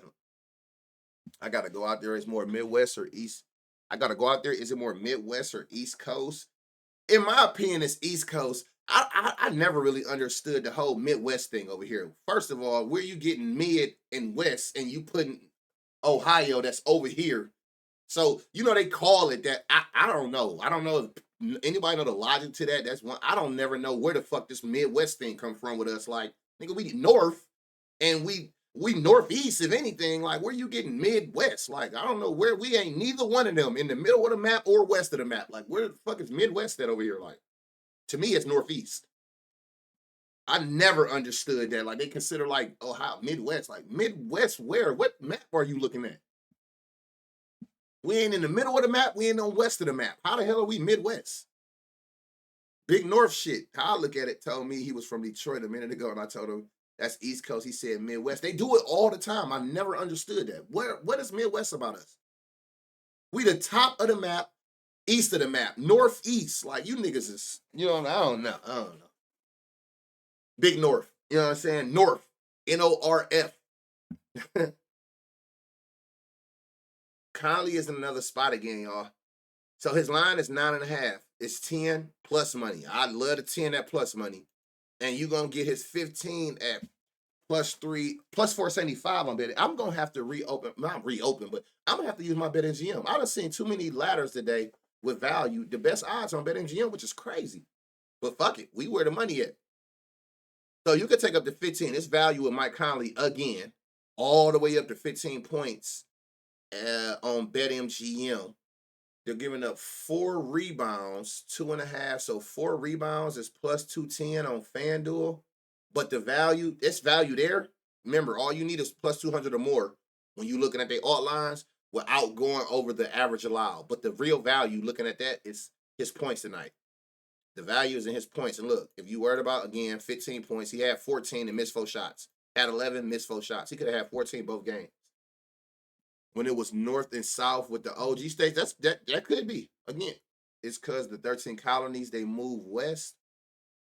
Yeah, man, it's a new time and age, man. This is not that shit no more. Fix it. You know what I'm saying? I'm not. Yeah, maybe that's why I can't relate with it. Fuck it. We get to talking colonies and slavery and all that. Nah, this ain't that no more, man. We the goddamn North.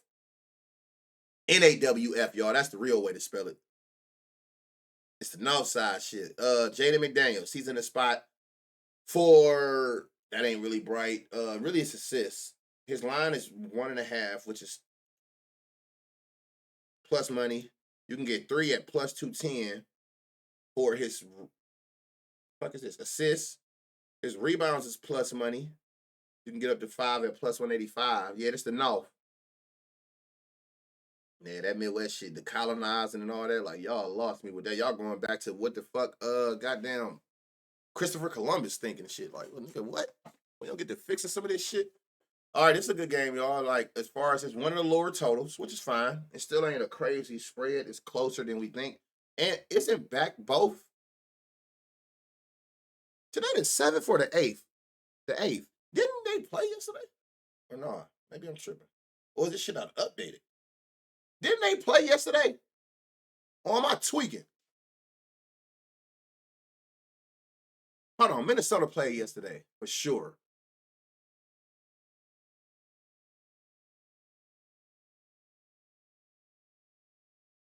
Okay, no, it's updated. They just didn't play. I'm 2 games ago. Okay, all right. I'm like, am I bugging in this motherfucker? All right, I think this the last game. I hope this the last game. God damn.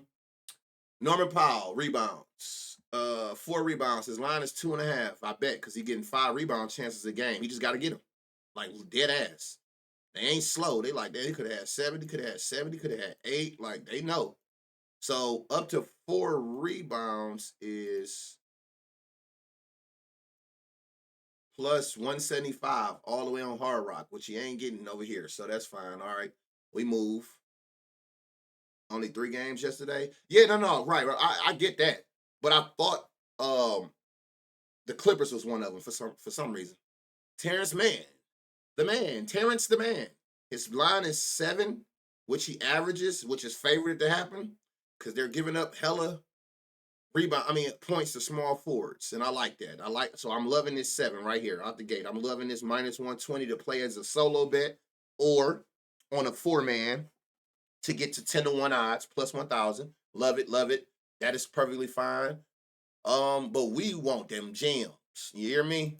So we're gonna go up to 10. They giving you 10 points at plus 230 on on FanDuel.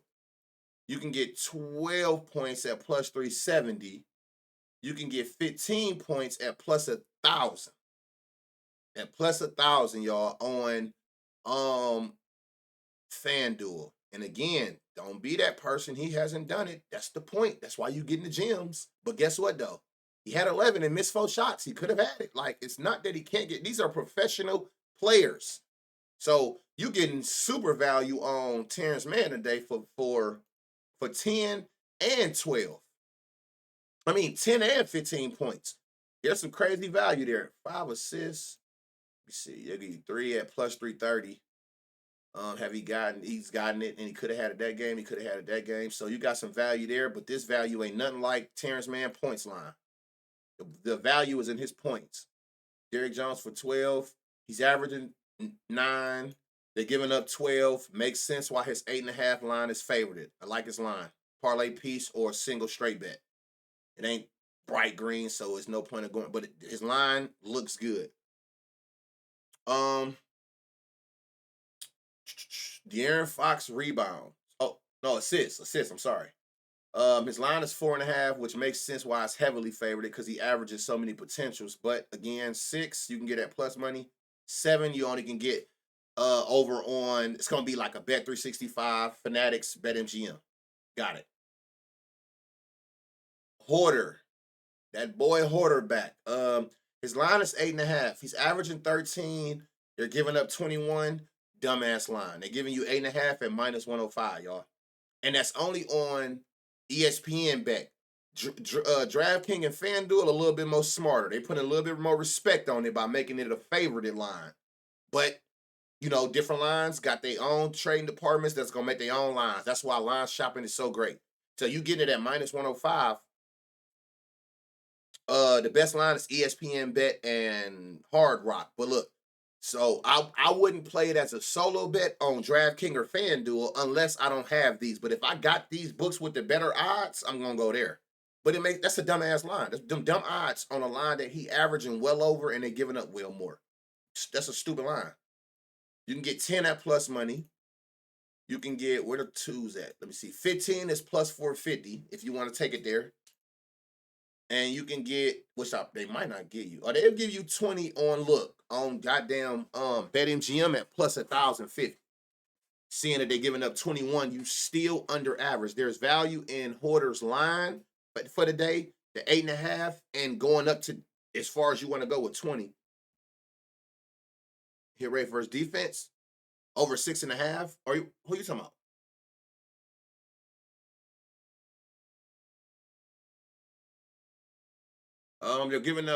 They're giving up 5 boards. His line is 2.5. But look, they see all these games. He could have had 5. That's why they got that shit heavily favored. But what's 4? 5. You can get 5 rebounds for Kevin Hoarder at plus 320. I like that a lot. He averages 5 rebound chances. they're giving that position 10 when they play against you. Basically your damn rebound chances double when you play against them. But that's because it's people shooting from everywhere. So it's a lot of balls that can just potentially just keep bouncing your way. So that kind of makes sense. So the most value is in his points. There is value in Hoarder's rebounds. And again, can't stress it enough. If you're caught up between points or rebounds, just take points plus rebounds. You see that they're heavily weaknesses is in both areas. So before you take a lower number, thinking that that's safer, just combine them. Just take his points plus rebounds tonight, which is 26, and his line is 11 and a half. And you can take the all lines. 15. Oh no, ain't no value there though. But unless you just take the actual 11 and a half. But if you're afraid of one or the other, just take the what's the name? All right, we move. Okay, we done with that game. Holy fuck. All right, 7.5. Be careful. You're not out of that blowout area, but still 8 points, it can get out of hand. 13 points to Kyle Lowry position. So his line is 8.5. They're realizing it's favored. Why? Because they're giving him more and they seeing that even the games he don't get it, like he just missing. But I wouldn't think too hard into this because if you can't get 10, let me see, 12. Yeah, ain't gonna be no value there. That odd ass number he getting. 5 rebounds. His line is 2.5. 4 rebounds is plus 270. There's value in Kyle Lowry rebounds. No Maxi tonight. Which even better that he's starting. There's value here for 2 reasons. Let me see something that you say that.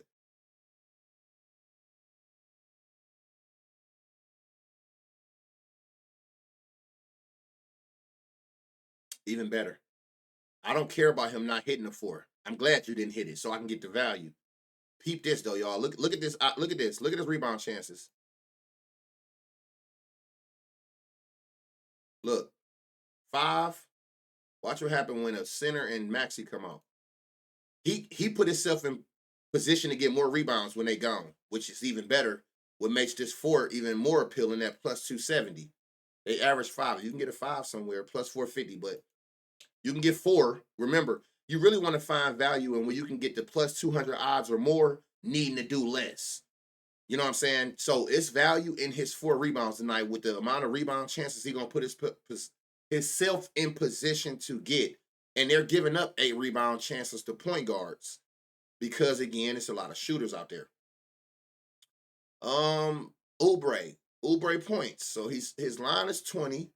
They'll give you 20. You got to watch these weird numbers with they'll give you 25 at plus 270. On FanDuel, plus 245. There is some value there. Seeing that they're giving up 27. Banner, first time catching you on Twitch since the Twitch from playback. Appreciate you, bro. All love. All love. Appreciate the follow, Fly Guy. It's all love. I do these every day. And if you missed it or came in late at any point, every day, literally every day, this video, the entire stream will be up on that YouTube every day. I do y'all that favor and make sure I put it up so you can go back and rewatch it at your own pace. They're also giving up 4 threes, y'all. So look, his line is 3, which is already plus money for like a straight or a parlay piece. They'll give you 4 threes at plus 340 on DraftKings, plus 330 on FanDuel. So it's some value in his 4 threes. And again, like he's hit it, but not only has he hit it, when I see a person don't hit a line, why? Like you shot 5, miss 4, miss 4, miss 4. So it's I can't stress this enough. What I always tell y'all, when you thinking about a person for taking their threes, aim for people with high 3 volumes of shooting them. Same for field goals. If I want you for points, I want you putting up shot attempts. You ain't gonna hit them all, so the more you shooting, the better my chances become of you hitting enough of them for me to cover. He's shooting 6 threes a game. So if you decide to take him for his 2 at plus money, no, I'm tripping. 3 at plus money, or take the alt line of what they're actually allowing to that position, you're not wrong. It's value up to 4 for Kelly Oubre. We move. Caleb Martin. They're giving up 19. They're giving up 20 points. His line is 10.5, which is favored, which makes sense. He's coming off 14 points. And damn near every game he don't got 11 points. He missing hella. Missed 8, missed 6, missed 4, like missed 6. Like, so they understand that. So knowing that, let's see, they're giving up 20. 15 is plus 270 on FanDuel. You're getting 15 points, which is still under the amount of points the Lakers allow to power forwards. So you already getting plus 265. And then if you go to 20, you're getting 20 at plus 1,000 on FanDuel, which is the average that they're allowing. So there is value in Caleb Martin's ladder points, seeing that they're giving up 20 points a game to power forwards in the last 5. Paul George rebound. For his line, or you looking at him? His line is 4.5, so that makes sense. He averaging 8, they give up 5 for sure. And they giving up 8 chances. For sure. There's some value. Oh, well, not I ain't gonna say there's no value, but that's a good line. What's the odds on it? Oh yeah, that's straight money for me. Or you could use it as a parlay, but for me, minus 120, no brainer. Playing that bitch by itself. Run me my straight. So yeah, so Caleb, the gym is his points. See, these ain't bright enough. Okay, because I'm gonna say they know when the alt line 2 threes for Rui. He's averaging that. His line is what? Hold on. You can get 2 threes at plus 195, which he's hit in 4 of the last 5. He averages 2 threes. They give up 2 threes. I don't know why that's plus money, but who gives a fuck? Take it. Yes, sir. Yes, sir. We move. Okay, we done. We done. We got it done at 3 hours. I hate going that long, man, but 3 hours we in. It was a big slate. So thank y'all again. We got the gems. I hope y'all took y'all notes. Y'all got what y'all like. If you late or you new, give it about a 3 hour. Of course, you know you're gonna have to give me time to actually upload it to YouTube, but I always post it on Twitter. Big Dog Banner if you don't follow me on there. But it'll be up shortly. If you missed anything, you want to go back in and research more, or like I said, play pause at your disposal. So keep that in mind. Again, W stream always. I hope somebody learned something. Good luck. May the night be the best gambling night of your gambling life. W stream. Good eyes for Lowry double double. W stream as always. So let's make sure that we stay locked in. Good luck on all y'all bets tonight. We back at it again tomorrow. Every day it's an NBA/NFL slate. We will be in here looking for them gems early. Every day. Every day. So I appreciate y'all. I love y'all cousins. Appreciate y'all support, man. Every day, day in and out. Y'all the reason I do this. We back at it tomorrow. I'll drop a free play today, of course, of something I figure out once I can actually sit down. It'll be on Twitter for y'all. Let's lock in. And we back at this shit tomorrow, though. Every day. Make sure, too, if y'all go follow this stream again on YouTube, just like the stream. You know what I'm saying? You ain't got to do anything else. Like, get it in the algorithm, and we move from there, though. So thanks again, everybody. See y'all tomorrow. Good luck tonight. We back at it in